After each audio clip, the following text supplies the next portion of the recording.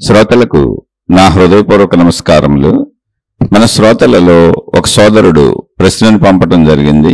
ఆ ప్రశ్న, మీరు గ్రంథాలు చాలా చదివారు కదా, యుగాలు ఉన్నాయి అంటారు కదా, ఏ యుగములో ఎవరు పరిపాలించారు కొంచెం మాకు తెలియట్లేదు, చెప్పగలరు? అలాగే దేవతలు అని మనం పూజిస్తున్నాం కదా, దేవతలు ఏ యుగములో పరిపాలించారు? వాళ్ళు అసలు ఉన్నారా లేరా? ఉంటే ఏ యుగములో ఉన్నారు అని కొంచెం తెలుపగలరని కోరుతున్నాను. ఇదండి వీరి ప్రశ్న. యుగములు, దేవతలు, ఏ యుగాన్ని ఎవరు పరిపాలించారు? ఇలా రకరకాలుగా, అంటే అనేక రకాల భావాలను అసలు వ్యక్తపరిచింది. ఇప్పుడు ఈ ప్రశ్నలో ఇంకొకటి అడిగారు మన సోదరులు, మీరు అనేక గ్రంథాలు చదివారు కదా అని. నేను చదివిన గ్రంథాలు ఎంత, నా జీవితం ఎంత, అందులో ఏదో కొద్దిగా నాకు తెలిసింది మీతో పంచుకుంటున్నాను. అది కూడా ఆత్మజ్ఞానము అంటే అనంత ఆత్మశక్తి, విశ్వశక్తి మొత్తము ఒక్కటే అనేటువంటి ఒక్క విషయమే నాకు చక్కగా అర్థమైంది. మిగిలినవన్నీ కూడా అనేక రకాల సిద్ధాంతాలు ఉన్నాయి, అనేక మతాలు ఉన్నాయి, అనేక పద్ధతులు ఉన్నాయి, అనేక విధానాలు ఉన్నాయి. ఎవరి విధానాలు వాళ్ళు నమ్ముకుంటున్నారు. అలాగే అన్ని మతాల వాళ్ళు అసలు ఈ సృష్టి ఎలా ఏర్పడింది, ఎవరు ఈ సృష్టిని చేశారు అని ఎవరికి వాళ్ళు వాళ్ళ మతదేవుడే ఆ సృష్టిని చేశాడు అనేటువంటి విధానాల్లో అన్ని మతాలు సాగుతున్నాయి. ఒకే సృష్టి ఇక్కడ ఉంది. ఈ సృష్టిలో కూడా ఇవన్నీ చెప్పుకుంటుంది ఎవరయ్యా అంటే మనుషులు మాత్రమే. మనుషులు సృష్టిలో అనేకం ఉన్నాయి. ఇక దేని గొడవ దాన్ని అది హ్యాపీగా బతుకుతుంది. అసలు దానికి గొడవ లేదు, మనలాంటి గొడవ దేనికి లేదు. చెట్లు, పుట్టలు, చేమలు, గొట్టలు, నదులు, కొండలు, గుట్టలు, సముద్రాలు, గ్రహాలు, గోళాలు, నక్షత్రాలు, జంతువులు, ఎవరికి అసలు గోళ లేదు, గొడవ లేదు. హ్యాపీగా విశ్వముతో కలిసి విశ్వ నడకలో అవి సాగిపోతున్నాయి. విశ్వ నడక ఏదో ఒకటి నిర్ధారించబడి ఉంది, దాంతో సాగిపోతున్నాయి. విశ్వము అంటే ఉన్నది మొత్తము, ఉన్నదని మనకు అనిపిస్తున్న మొత్తము. అయితే అది ఉన్నదని అనిపిస్తున్నది అంటే గ్రహాలు, గోళాలు, నక్షత్రాలు అంటే మనం ఉంటున్న భూమి ఈ గ్రహములు, గోళముల, నక్షత్రముల కేటగిరీలోకి వచ్చేదే. అంటే గ్రహాలన్నా, గోళాలన్నా, నక్షత్రాలన్నా అన్నేవే. రాత్రిపూట మనం ఆకాశంలో చూస్తూ మిణుకుమంటూ మనకు మెరుస్తూ కనపడుతూ ఉంటాయి చాలా. అవి అసలు ఎన్నున్నాయి అంటే లెక్కించటానికి వీలు లేనన్ని, అనంతము. అంటే ఎన్నున్నాయో తెలియదు, కోటాను కోట్లు ఉన్నాయి. లేదా ఇంకా చెప్పాలి అంటే సముద్రపు ఒడ్డున ఉన్న ఇసుక రేణువులు ఎలా ఉన్నాయో, ఆ ఇసుక రేణువులు ఎన్నున్నాయో లెక్కించగలమే? అసలు సముద్రపు ఒడ్డు ఎంత ఉందో తెలుసా మనకి? ఆ ఒడ్డున ఎన్ని ఇసుక రేణువులు ఉన్నాయో అసలు సముద్రపు ఒడ్డు ఎంత ఉందో తెలీదు, ఎంత దూరం ఉందో తెలీదు. అలా అంటే ఎంత దూరం ఉందో తెలియనంత దూరం ఉన్నంత ఆ సముద్రపు ఒడ్డునున్న ఇసుక రేణువులను లెక్కించగలమా? కుదురుతుంది అసలు? అంటే మనకి మానవులకు కుదరదు కదా. అంతకంటే ఎక్కువ ఉన్నాయి. ఏది? గ్రహములు, గోళములు, నక్షత్రములు. మనం ఉంటుంది ఒక భూమి అనేటువంటి ఒక్క దాంట్లో. అదే గ్రహం, అదే గోళం, అదే నక్షత్రం, ఏదో ఒకటి అనుకోండి.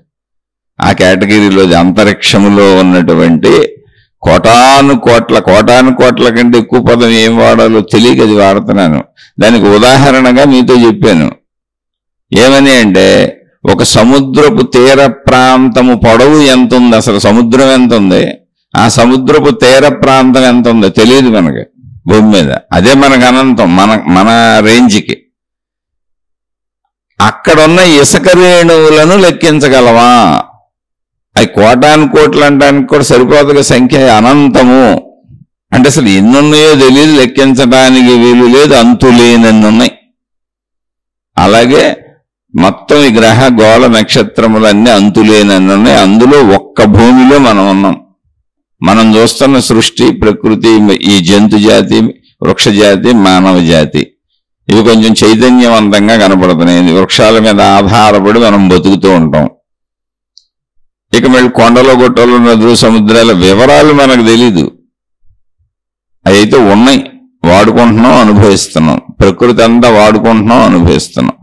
ఇలా భూమి లాంటివి, భూమి ఒక చిన్న ఇసుక రేణువు అనుకుంటే, సముద్రం తీరంలో ఉన్న ఇసుక రేణువు ఒక భూమి అనుకుంటే, మొత్తం ఇసుక రేణువులు అసలు ఈ సముద్రం మొత్తం తీరం అంతా ఎంత దూరం ఉందో అంత దూరం ఉన్న ఇసుక రేణువులు ఎన్ని ఉంటాయో అన్ని ఉన్నాయి, అంతకంటే ఎక్కువ ఉన్నాయి అని కూడా చెప్పుకోవచ్చు. ఎందుకంటే ఊహాత్మకంగా లెక్కించడం కుదరదుగా. కాదు, ఉండటం అయితే ఉన్నాయి. అంటే మనం మిణుకుమంటూ మనకు దూరంగా కనబడుతున్నటువంటి నక్షత్రములు అవన్నీ అక్కడనే ఆకాశములో ఉన్నాయి. అసలు ఆకాశం ఎంత ఉంది? అందుకే అనంతము అన్నారు. అనంతం అంటే అర్థం ఏంటో తెలుసా? మనిషిగా నా మేధాశక్తికి అది అందదు, నాకు తెలియదు, నేను తెలుసుకోలేను, నా వల్ల కాదు. అది అనంతం అంటే. అంతే తప్ప అనంతం కూడా అర్థమైపోయినట్టుగా మీరు నాకు తెలిసిపోయింది అనుకున్నట్టుగా, నేను జ్ఞానిని అనుకున్నట్టుగా భావించుకుంటే ఇంక చెప్పడానికి ఏం లేదు. అనంతం అంటే అర్థం నాకు ఎప్పటికీ తెలియదు అని, ఏమీ తెలియదు అని. అలాగే ప్రశ్నలో మీరు ఎన్నో గ్రంథాలు చదివారు కదా అన్నారు. నేను ఎప్పుడన్నా అప్పుడప్పుడు మామూలుగా ఉన్న పుస్తకాలు చదువుతాను. గ్రంథాలకి ఏముందండి, ప్రపంచవ్యాప్తంగా ఒక రోజుకి కోట్ల గ్రంథాలు రిలీజ్ అవుతూ ఉంటాయి అన్ని దేశాల్లో. ఎన్నో, అసలు ఎన్ని గ్రంథాలు మూలన పడిపోయినాయో, ఇంకా ఎన్ని కొత్త గ్రంథాలు ఇప్పుడు రిలీజ్ అవుతున్నాయో, అసలు ఈ నిమిషం ఇప్పుడు ఈ రోజు ఎన్ని రిలీజ్ అయినాయో అంతులేనన్ని గ్రంథాలు. ఇంతకీ గ్రంథాలు ఏంటి? మనుషులు రాసే కదండి. ఇప్పుడు ఈ గ్రంథాలు ఏమన్నా ఆకాశం నుంచి ఊడిపడుతున్నాయా? గ్రహగోళ నక్షత్రాలు తయారైనట్టుగా సృష్టి తయారు చేసింది ఏంటి గ్రంథాలు? కాదు, సృష్టిలో ఉన్నవి సృష్టి తయారు చేసింది. సర్వవ్యాపకంగా ఉన్నటువంటిది ఆకాశము. అది ఎంత ఉందో ఎవరికీ తెలియదు. దాంట్లో ఇసుక రేణువుల వలె, అంటే ఇసుక రేణువుల వలె అంటే పోలిక. ఇప్పుడు భూమి అనేది అసలు ఎంత ఉందో మనకు తెలీదు. మనకి భూమే ఒక అనంతం, కానీ భూమి ఒక ఇసుక రేణువు ఆకాశంలో. అలాంటి ఇసుక రేణువుల వలె లెక్కించడానికి వేలులేనన్ని గ్రహగోళ నక్షత్రములు ఇసుక రేణువుల్లాగా ఉన్నాయి ఆకాశంలో. అంటే ఇంకా ఆకాశం ఎంత, అసలు అందులో ఉన్నాయన్ని మనకు తెలిసింది ఒక భూమి. ఆ భూమి పూర్తిగా తెలియదు. అందులో మానవ జాతి, మనం మానవ జాతిలో మన గురించే మనకు తెలుసు, అంతే. ఇక గ్రంథాలు, మతాలు, మార్గాలు, దేవుళ్ళు, దేవతలు, ఈ యుగాలు, యుగకర్తలు, ఈ మొత్తం సృష్టి అంతా మనిషిదే. ఎవరు చెప్పారు? మనం మాట్లాడుకునేది ఏది చెట్లకు వర్తించదు, మనం మాట్లాడుకునేది ఏది జంతువులకు వర్తించదు, మనం మాట్లాడుకునేది ఏదైనా సరే ఒక్క మనుషులకు తప్ప ఎవరికి వర్తించదు. ఇదంతా మానవ సృష్టి. గ్రంథములన్నీ ఎవరి సృష్టి? మానవ సృష్టి. అయితే ఈ మానవ సృష్టిలో కొంత కల్పనలు, కొంత అభూత కల్పనలు ఉంటాయి. అంటే చాలా మంది ఆలోచించడానికి ప్రయత్నించి, ఎందుకని మనిషికి ఆలోచన శక్తి ఉంది, మళ్ళీ అది ఇవ్వబడింది. మనిషి సొంతం ఏమీ లేదు ఇక్కడ. మనిషి కూడా సృష్టి చేత సృజించబడినటువంటి జీవి. చెట్లు ఎలాగో, జంతువులు ఎలాగో, గ్రహగోళ నక్షత్రములు ఎలాగో, భూమి మీద కొండలు, గుట్టలు, నదులు, సముద్రాలు ఎలాగో, అలాగే మనిషి కూడా ఇందులో ఒకడు. కానీ ఆలోచన సామర్థ్యం మనిషికి ఇవ్వబడింది. శరీరంతో పాటుగా ఆలోచన సామర్థ్యం కూడా ఇవ్వబడింది, ఊహాశక్తి కూడా ఇవ్వబడింది. అంతా ఇవ్వబడింది కదా, కుదురుగా ఉంటాడు, ఆలోచిస్తూ ఉంటాడు. ఇదంతా దీనికి మూల కారణం ఏంటని ఆలోచిస్తూ ఉంటాడు. ఇప్పుడు చూడండి, సినిమాలు తీస్తున్నారు, రకరకాల సినిమాలు. ఎక్కడి నుంచి వచ్చినాయి? అనేక రకాల టీవీ సీరియల్స్ తీస్తున్నారు. ఎక్కడి నుంచి వచ్చినాయి?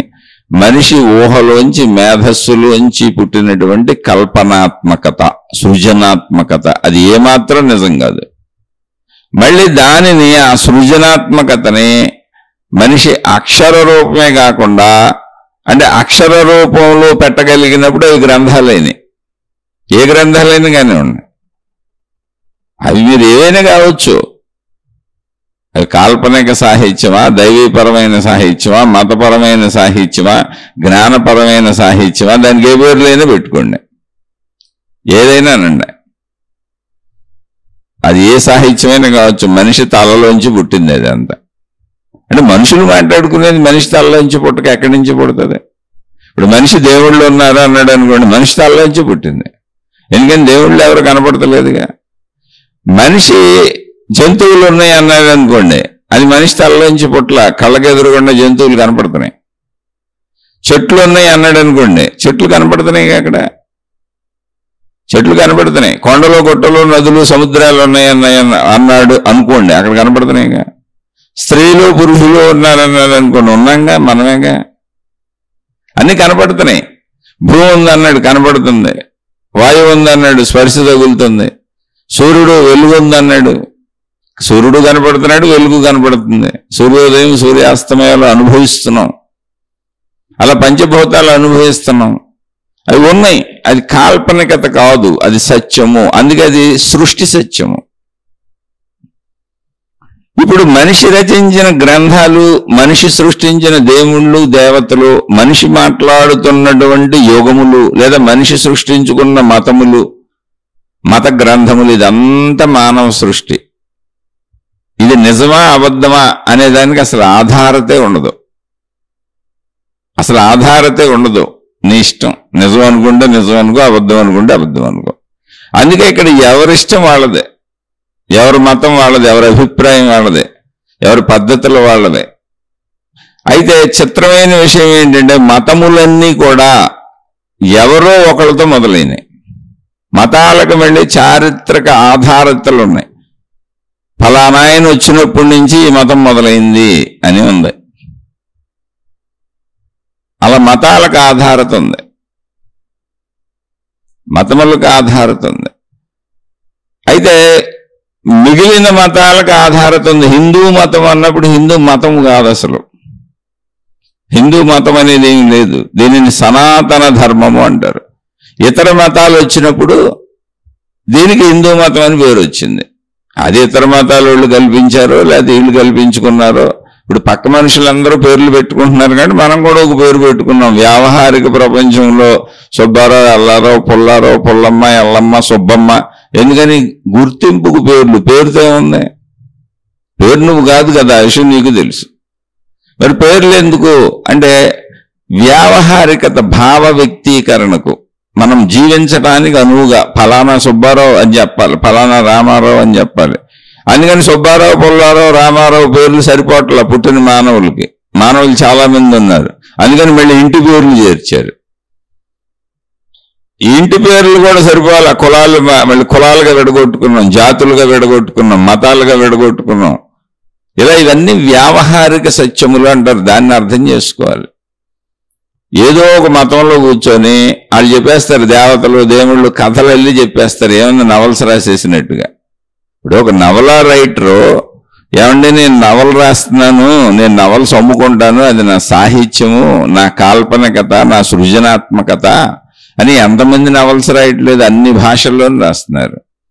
అయితే ఆ పాత్రలన్నీ మేమే చిత్రించామని డైరెక్ట్గా చెప్పి ఇది నవల అని అమ్ముతున్నారు వీళ్ళు, ఇది కథల పుస్తకం అని అమ్ముతున్నారు వీళ్ళు. కొంతమంది వాటినే మత గ్రంథములు అని వేశారు, అంతే, ఏమీ లేదు. నేను తప్పు రైట్ అంటలేదు, వాళ్ళు అలా రాసుకున్నారు అంతే. ఎక్కడ గ్రంథము అని భూలోకంలో ఎక్కడైనా పడినా అది మనిషేనండి. ఆ గ్రంథము అన్నప్పుడు ఇదే అదేనేం లేదు. కొన్ని విషయాలను ఒక చోట సమకూర్చారు, అది దేవుడి పేరు మీద, ఇంకో పేరు మీద, మతం పేరు మీద, లేకపోతే ఏంటి అనేది ఎవరైనా ఓ పుస్తకం, గ్రంథం అంటే ఓ పుస్తకం, అంతే ఏం లేదు. ఎవరైనా రాయొచ్చు. ఇప్పుడు బోల్డ్ రాస్తున్నారు. కాల్పనిక సాహిత్యాలు బోల్డ్ ఉన్నాయి.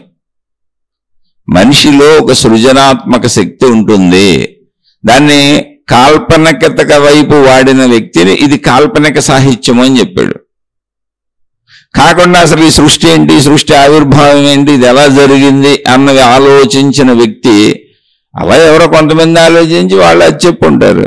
అలా అసలు ఏదైనా సరే ఇక్కడ ఇది సత్యము అనేది ఏమి లేదు. మనిషి మెదడులోంచి, తలలోంచి, ఊహలోంచి పుట్టింది. అయితే ఆ ఊహలోంచి పుట్టినటువంటి వాస్తవికతలు అవునా కాదా అనేది తీసి పక్కన పెడితే అందులో మనకు దొరికేటువంటి మంచి ఏంటి, అది మనకు కావాల్సింది. దాని ఆధారంగా మనం ముందుకేమన్నా ప్రయాణించగలమా అంటే ఇప్పుడు మనం జీవిస్తున్నాంగా, అసలు మన జీవితానికి ఏమన్నా ఉపయోగపడుతుందా? అది మతపరమైన గ్రంథాల్లో కావచ్చు, మతపరమైన బోధల్లో కావచ్చు, దేవుళ్ళ బోధలు కావచ్చు, దేవతల బోధలు కావచ్చు, ఎవరిదైనా సరే మత పెద్దల బోధలు కావచ్చు, అది ఏ మతమైనా కావచ్చు.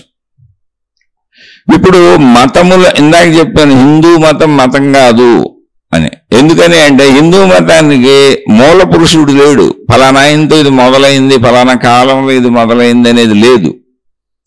దీనిని సనాతన ధర్మము అన్నారు. ఇది మతం కాదు, అసలు ధర్మము, సనాతన ధర్మము. సనాతన అనే పదానికి అర్థం ఏంటంటే ఎంత పురాతనమైందో మాకు తెలియదు. ఎందుకంటే ఎంత వెనక్కి వెళ్ళినా దీని మూలాలు ఉన్నాయి. అంటే మానవ జాతి ఉన్నప్పటి నుంచి ఉందండి, అలా అర్థం చేసుకుంటే అయిపోద్ది. మళ్ళీ అదే పదానికి సనాతన అనే పదంలో ఇంకో అర్థం ఏంటంటే ఎంత పురాతనమైంది అంటే మానవ జాతి ఉన్నప్పటి నుంచి ఇది మొదలైంది. అలాగే ఇది ఎంత నవీనమైంది అంటే మానవ జాతి ఉన్నంత వరకు ఇది ఉపయోగపడుతుంది. ఎందుకు ఇందులో ఏమన్నా పెద్ద తెలివి ఉందండి? వాదోపవాదాలు చేసుకోవడానికి, పిచ్చి మాటలు మాట్లాడుకోవడానికి, మా మతమే గొప్పదని చెప్పుకోవడానికి కొట్టుకోవటం తప్ప మంచిగా ఉండవలను అన్నారనుకోండి. మొట్టమొదట మానవ జాతి మొదలైనప్పుడు అనుకున్నాం అసలు మొదలు లేదు, చివరి లేదు. మొదలు చివరు లేదు. మీరు అర్థం చేసుకోవాల్సింది అది. ఎందుకు నాకు ఆత్మజ్ఞానం నచ్చింది, ఆత్మశక్తి అనేది నచ్చింది అంటే ఆ సిద్ధాంతం కరెక్ట్గా ఉంది. ఉన్నదంతా ఒకటే శక్తి, అది అనంతము. ఆ శక్తి నుంచి సృష్టి తనలోనే ఆవిర్భవిస్తుంది, ఆ శక్తి యొక్క శక్తుల చేత. అంటే శక్తి సృష్టిగా తనను వ్యక్తీకరించుకుంటుంది. మళ్ళీ వ్యక్తీకరించుకున్న సృష్టిని తనలోనే లయింపజేసుకుంటుంది. అంతే. మనలో ఇదేంటంటే ఎందుకంటే అలా అంటే ఎందుకనేది అలా అనేది మనను బట్టి మనిషి కనుక్కున్నాడు. ఎవరైనా మనం ఆలోచించినా మన బట్టే దొరుకుతుంది. అది ఎక్కడ కనుక్కున్నావు నువ్వు అనే విషయాన్ని మనం తరిచి చూసుకుంటూ, అది చెప్పిన మహాత్ముల్ని వెతుక్కుంటూ వెనక్కి వెళ్ళిపోయి, గ్రంథాలు వెతుక్కుంటూ వెనక్కి వెళ్ళిపోయి, మహాత్మా మీరు దీన్ని ఎక్కడ కనుక్కున్నారంటే ఆయనే చెప్పాడు, ఇది నాలో నేను దర్శించాను, బయట కాదు అని. ఇదంతా అనంత ఆత్మశక్తి అనేది నేను ఎక్కడ చూశానంటే నా లోపల చూశాను. నా శరీరాన్ని దాటి, నా మనస్సుని దాటి, నా బుద్ధిని దాటి, నా అహంకారాన్ని దాటి, నాలో ఉన్నటువంటి నేనన్న సమస్త భావములను తీసి అవతల పారేసి నా లోతుల్లోకి వెళ్ళిపోయి కూర్చుంటే ఆ సంపూర్ణ నిశ్శబ్దతలో, నా ప్రాణశక్తిలో, నా ఉనికిలో, నా ఎరుకలో ఇవన్నీ పెట్టబడిన పేర్లు. అక్కడ కూర్చుంటే అర్థమైందయ్యా బాబు నాకు ఉన్నదంతా ఒకటే, అదే సర్వవ్యాపక ఆకాశ స్థితి. అది నిశ్శబ్దము, నిర్మలము, నిశ్చలము, అనంతము, అఖండము. అదంతే. అక్కడి నుంచి సృష్టి మొదలవుతుంది. మనకైనా చూడండి, అంటే కొంచెం తెలివి ఉండాలి. ఏదైనా మనం ఎవరో ఏదో చెప్పారని ఒక మూఢత్వాన్ని, ఒక చిన్నదాన్ని పట్టుకొని నాకు అర్థమైపోయింది అనుకుంటాం. మన మూఢత్వానికి గుర్తు.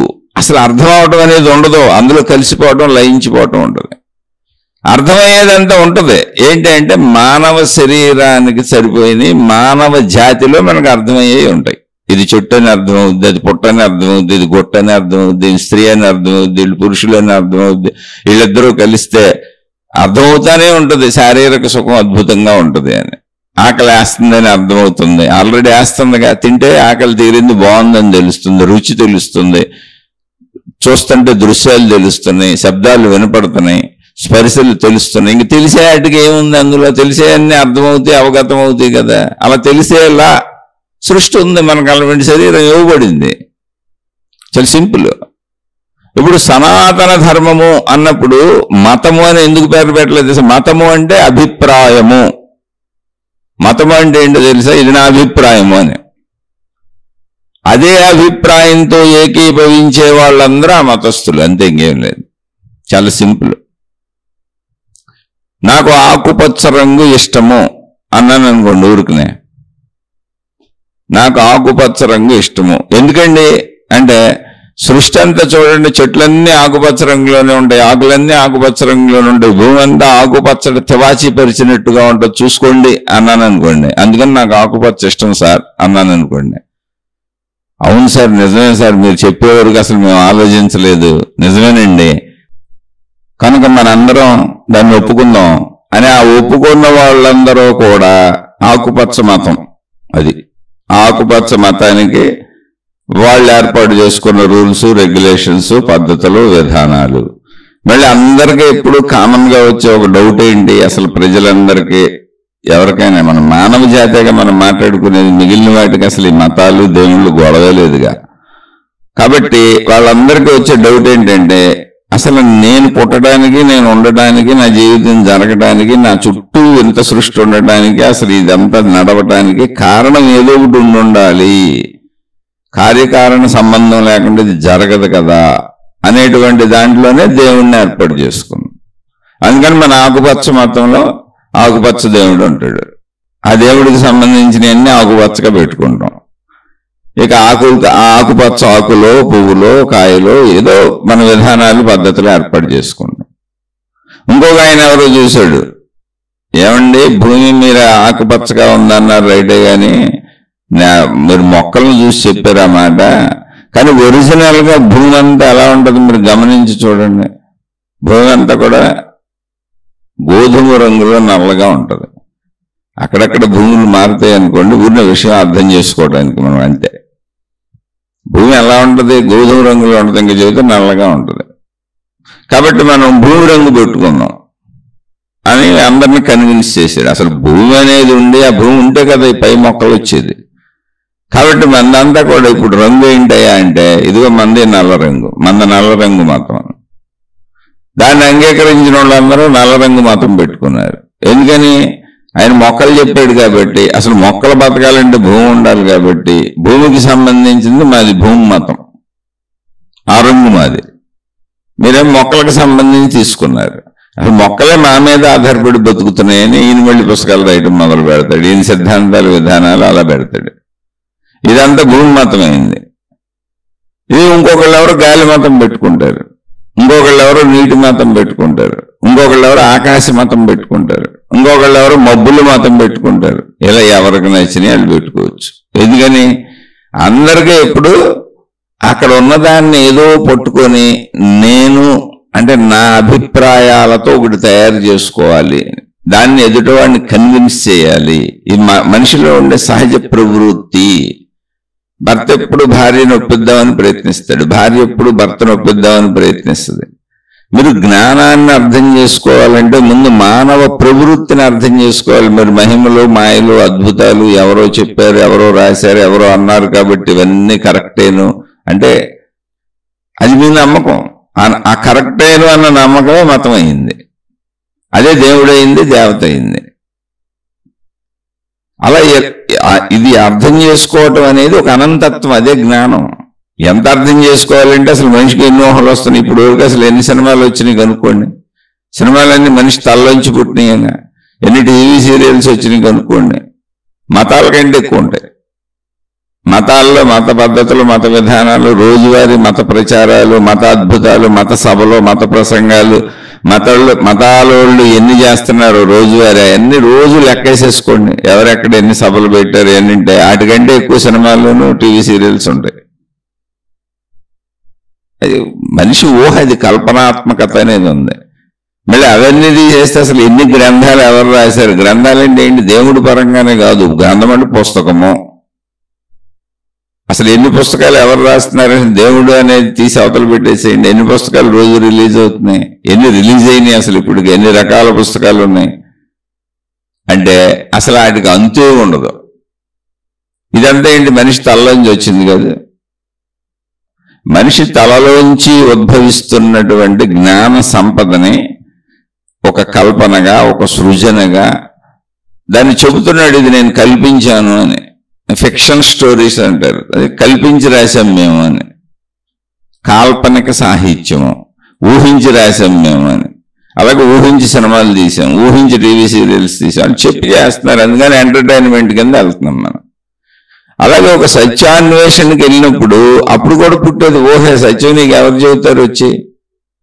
సత్యం నీకు ఆకాశం చెప్పుద్దా, గాలి చెప్పుద్దా? ఇప్పుడు పంచభూతాలు అన్నారు, పేర్లు పెట్టుకున్నాం ఉన్నాయి కాబట్టి. ఉన్నాటికి పెట్టిన పేర్లు సార్, కొత్తగా ఎవరు సృష్టించలేదు సార్. పంచభూతాలు అంటే మనకి అక్కడ ఉన్నాయి. అక్కడ ఉన్నాటికి ఆకాశం ఉంది, కనపడుతుంది, అది ఖాళీ తెలుసు మనకి. సరే ఏదో ఉందిగా, స్పేస్ అనేది ఒకటి ఉందిగా, ఖాళీ లేకపోతే మనం జీవించడం కుదరదు, ఈ గ్రహగోళ నక్షత్రములన్నీ ఉండటం కుదరదు. కాబట్టి దానికి ఆకాశము అవకాశము కల్పించున్నది అని ఒక మీనింగ్ ఇచ్చారు. ఒకదాన్ని అర్థం చేసుకోవడానికి ఇచ్చిన మీనింగ్ అది. వాయువు, గాలి ఏదో ఒక పేరు పెట్టకపోతే దాన్ని ఎలా సంబోధిస్తాం? ఉందిగా, అందుకని దానికి వాయువు, గాలి అని పేరు పెట్టారు. అది కదులుతూ ఉంటుంది, అన్నింటినీ కదుపుతూ ఉంటుంది, కానీ కనబడదు, స్పర్శకు దొరుకుద్ది. తర్వాత తేజస్సు, వెలుగు వస్తుందిగా, దానికి తేజస్సు వెలుగు అని పెట్టారు. అది సూర్యుడి నుంచి వస్తుంది. ఇందులో అద్భుతమేముంది అసలు? సూర్యుడు ఒక మండుతున్న అగ్నిగోళము. ఎక్కడ అద్భుతం లేదు, ఉన్నవాటికే పేర్లు పెట్టారు. అలాగే నీరు ఉంది ఇక్కడ, భూమి ఉంది ఇక్కడ. ఉన్నవాటి గురించి పేర్లు పెట్టుకొని పంచభూతాలని దేనిని పరిశీలించినా సృష్టిలో, అంటే మనిషికి అందిన సృష్టిలో దేనిని పరిశీలించినా అన్నిట్లో 5 ఉన్నాయి. ఒక మనిషిలోకి వెళ్ళి ఒక మనిషిలో సెల్ తీసుకొని ఒక చిన్న కణాన్ని పరిశీలించినా ఆ కణంలో 5 ఉన్నాయి. ఆకాశం ఉంది, వాయువు ఉంది, తేజస్సు ఉంది. అంటే తేజస్సులో ఉష్ణోగ్రత, అగ్ని, మళ్ళీ వేడి ఉంది, నీటి శాతం ఉంది, భూమి శాతం ఉంది. ఇవన్నీ కలిసి సృష్టి తయారవుతుంది. అన్నింటిలోనూ 5 ఉన్నాయి. మళ్ళీ సృష్టి అంటే 5 తయారవుతుంది. అది గమనించారంతే. దేంట్లో భూశాతం బాగా ఎక్కువ ఉందో అవి రాళ్ళు, రప్పలు, కొండలు, గుట్టలుగా ఉన్నాయి. దేంట్లో ద్రవ శాతం బాగా ఎక్కువగా ఉందో అది హైయెస్ట్గా నీరుగా కనబడుతుంది, మనకి నదులు, సముద్రాలుగా కనబడుతుంది. సంపూర్ణంగా వెలుగు శాతం ఎక్కువ ఉంది, సూర్యుడు, వెలుగు, తేజస్సు వస్తుంది. సంపూర్ణ వాయువు వీస్తున్నట్టు కనబడుతుంది. సంపూర్ణ ఆకాశం మనకు ఖాళీగా కనబడుతుంది. సృష్టిలో తయారైనటువంటి పదార్థములలో, జీవులలో, మనుషులలో, వృక్షములలో ఈ 5 కలయిక ఉంది. దేంట్లో ఏది ఎక్కువ ఉందో అది ఉన్నత స్థాయిని సంతరించుకొని ఉంది. ఇక్కడ సృష్టిలో ఉన్న మనిషికి మళ్ళీ జ్ఞానము, ఆలోచన శక్తి ఇవన్నీ ఉన్నాయి కనుక ఉన్నవాటిని ఎస్టిమేషన్ వేసుకొని చెప్పారు. మనిషిలో ఉన్న వాటిని గమనించుకొని అప్పుడు దానికి ఆత్మశక్తి అని పేరు పెట్టారు. ఎక్కడ చూసినా ఈ పంచభూతాలే ఉన్నాయి. ఈ పంచభూతాలన్నీ మళ్ళీ ఒకే దాని మూలంగా కనబడుతున్నాయి. ఇవన్నీ ఆకాశములోనే ఉన్నాయి, ఆకాశ శక్తిలోనే ఉన్నాయి. సర్వవ్యాపకముగా ముందు వ్యాపించి ఉండి ప్రశాంతంగా ఏకముగా ఉన్న శక్తి ఒకటే, అది ఆకాశము. దాని నుంచి దానిలోనే ఇవన్నీ ఉన్నాయి కనుక, ఇవన్నీ దానిలోనే కదులుతున్నాయి కనుక దానికి భిన్నం కాదు కనుక. ఆకాశంలోనే వాయువు ఉంది, కదులుతుంది, దానికి భిన్నం కాదు అది. ఆకాశము వాయువులోనే తేజస్సు ఉంది, దానికి భిన్నం కాదు అది. సూర్యరశ్మి అందులోనే ఉంది. ఇప్పుడు సూర్యుడు కూడా అక్కడే ఉన్నాడు, ఆకాశంలోనే. ఈ నదులు, సముద్రాలు, కొండలు, గుట్టలు అనేవి ఏ గోళంలో ఉన్నా అన్నీ ఆకాశంలో ఉన్నవే. గోళాలే ఆకాశంలో ఉన్నాయి అన్నీ.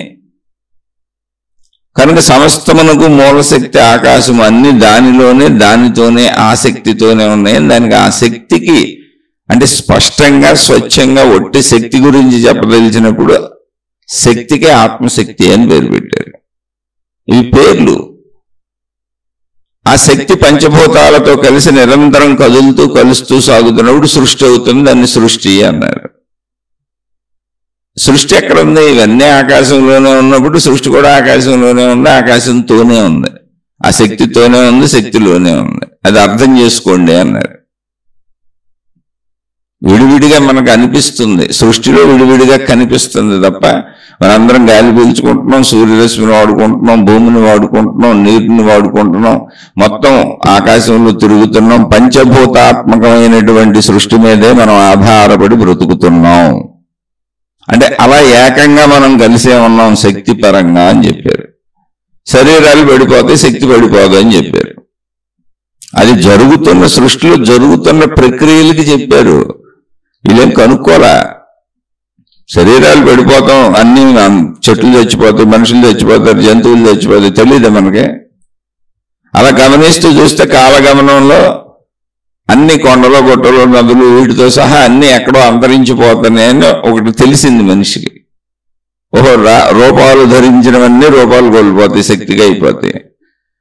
అయితే మనిషికి ఉన్న శక్తి ఇంతవరకు తెలుసుకోగలడు, ఇంతవరకు గమనించగలడు. కనుక మనిషి చెప్పినవన్నీ ఊహాత్మకతలో వాస్తవాలకే ఆధారంగా వాస్తవంగా విన్నాయి కనుక దాని నుంచి ఆ ఉన్నవాటికి పేర్లు పెట్టాడు. ఆ పేర్ల నుంచి ఒక ఊహ తయారు చేశాడు.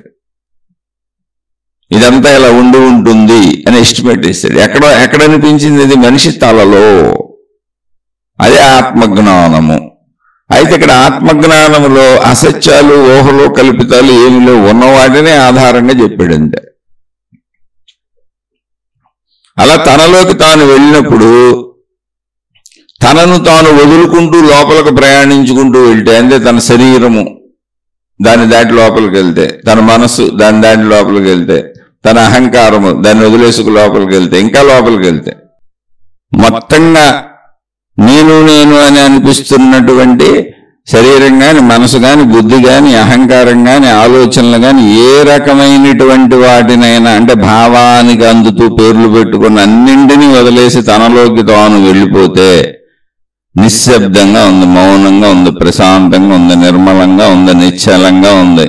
వీటితో కలవకుండా కూర్చుంటే దానికి లోపలికి పదాలు వాడుతున్నాం. ఎందుకంటే మనం కళ్ళు మూసుకొని లోపల చూసుకుంటే మనకు ఆలోచనలు తెలుస్తాయి కనుక. అది లోపల కాదు, బయట కాదు, చెప్పుకోవటానికి అర్థం అవటానికి వాడే పదాలు. ఈ భావాలన్నీ వదిలేసుకుంటే శరీరము, మనస్సు, అహంకారము, బుద్ధి, ఆలోచనలు, ఇలాంటి భావ సంపద కదలికలన్నింటినీ వదిలేసి అలా నిలబడితే, వాటిని అన్నింటినీ కాసేపు మర్చిపోతే, కాసేపు అన్నింటినీ వదిలేస్తే, పట్టించుకోకుండా ఉంటే ఏముంది? నిశ్చలత ఉంది, నిర్మలత ఉంది, ప్రశాంతత ఉంది. ఉన్నాను అన్న ఎరుకైతే ఉంది, అదేం నశింపు లేదు. నేను ఉన్నాను, గాఢ నిద్రలో లాగా లేదు, నిద్రలో నాకు నేను తెలియనట్టుగా లేదు. మెలకువలో ఇదంతా చేస్తే అది ఎలా ఉందంటే ఆకాశ స్థితిలా ఉన్నది. అది ఉన్న వాటిని బేస్ చేసుకొని చెప్తున్నాడు మనిషి. కనుక్కొని ఇక్కడ సృష్టిలో ఏమున్నాయో ఆ ఉన్న వాటిని బేస్ చేసుకున్నాడు. తన స్థితి తనకి అలా ఎరుక వస్తుంది. అలా అన్నింటినీ ఆపినప్పుడు, అన్నింటినీ వదిలేసినప్పుడు, ఉన్నానన్న ఒక్క భావన తెలుస్తూ ఉన్నప్పుడు మిగిలినవేమీ లేనప్పుడు ఎలా ఉంది అంటే సర్వవ్యాపక ఆకాశ స్థితిలో ఉంది. అక్కడ లేకపోవటం ఉందా? ఉన్నాను, ఉనికి తెలుస్తుంది అంతే. ఎలా ఉన్నాను అన్నప్పుడు మళ్ళీ మనసు వస్తుంది, శరీరం వస్తుంది, బుద్ధి వస్తుంది, అహంకారం వస్తుంది, ఊహలు వస్తుంది, సృజనాత్మకత వస్తుంది. అలా ఆ స్థిర స్థితిలో కదలికని కదులుతుంది.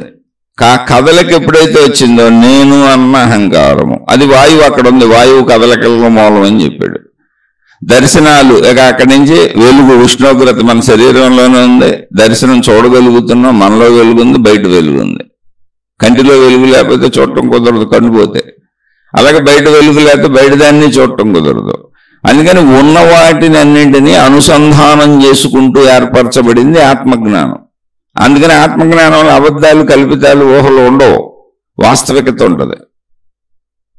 ఆత్మజ్ఞాన మార్గం అంటే అది ఉన్నది ఉన్నట్టుగా, సృష్టిని ఉన్నదన్నట్టుగా చూస్తున్నాడు, తనంతాను ఉన్నదన్నట్టుగా చూసుకుంటున్నాడు. తనకి సృష్టికి ఆధారంగా మూలంలో ఏముంది అన్నప్పుడు మూలంలో మొత్తం నిశ్చలత ఉంది, నిర్మలత ఉంది. అదే సర్వవ్యాపక ఆకాశం. బయట కూడా అదే కనబడుతుంది. బయట కూడా సర్వవ్యాపక ఆకాశమే కనబడుతుంది. అందులోనే గాలి ఉంది, అందులోనే సూర్యుడు ఉన్నాడు, అందులోనే వెలుగు, తేజస్సు సాగుతున్నాయి, అందులోనే గ్రహగోళ నక్షత్రాలు సాగుతున్నాయి, అందులోనే సమస్త సృష్టి ఉంది. సమస్త సృష్టికి మూలభూతంగా పంచభూతాలు కనబడుతున్నాయి. ఈ పంచభూతాలు అనంత ఆత్మ యొక్క లక్షణములు అని గ్రహించాడు. అది గ్రహించడానికి బయటికి వెళ్ళి కాదు, తనలో. మనలో భూస్థితి శరీరము, మనలో ద్రవస్థితి ఆల్రెడీ రక్తం ప్రసారం జరుగుతూనే ఉంది. మొత్తం అన్ని కలిసిపోయి ఉన్నాయి. అలా పంచభూత స్థితులు మనలోనే ఉన్నాయి. మనలో ఉష్ణోగ్రత ఉంది, వెలుగు దర్శించడానికి దర్శనం వెలుగుతోనే జరుగుతుంది. మనలో మొత్తం వాయు సంచలనం ఉంది, ప్రాణవాయువు పీల్చుకుంటున్నాం, వదులుతున్నాం. శరీర కదలికలన్నింటికి మూలం వాయువే. ఆ వాయువు సంచలనం ఉంది. అక్కడి నుంచి మనలో నిర్మల నిశ్చల స్థితి ఉంది. గాఢ నిద్రలో అక్కడికి వెళ్ళిపోతున్నాం. రోజు నిద్ర సహజంగా వస్తుంది. ఆ స్థితిని మెలకువలో పరిశీలించి పట్టుకునే ప్రయత్నం చేశాడు. ఏమి లేదు ఇక్కడ, అద్భుతం కూడా లేదు. గాఢ నిద్ర స్థితిని మెలకువలో పట్టుకునే ప్రయత్నం చేశాడు. ఆ మెలకువలో పట్టుకునే ప్రయత్నంలోనే మనిషి ఆత్మజ్ఞానం, ఆధ్యాత్మిక చదువు అని పేరు పెట్టి అనంత ఆత్మశక్తి అని పేరు పెట్టాడు. అదే ఆకాశతత్వము. పంచభూతాలుగా ఆకాశతత్వం అని చెప్పాడు దాన్ని, మొట్టమొదటి దాన్ని.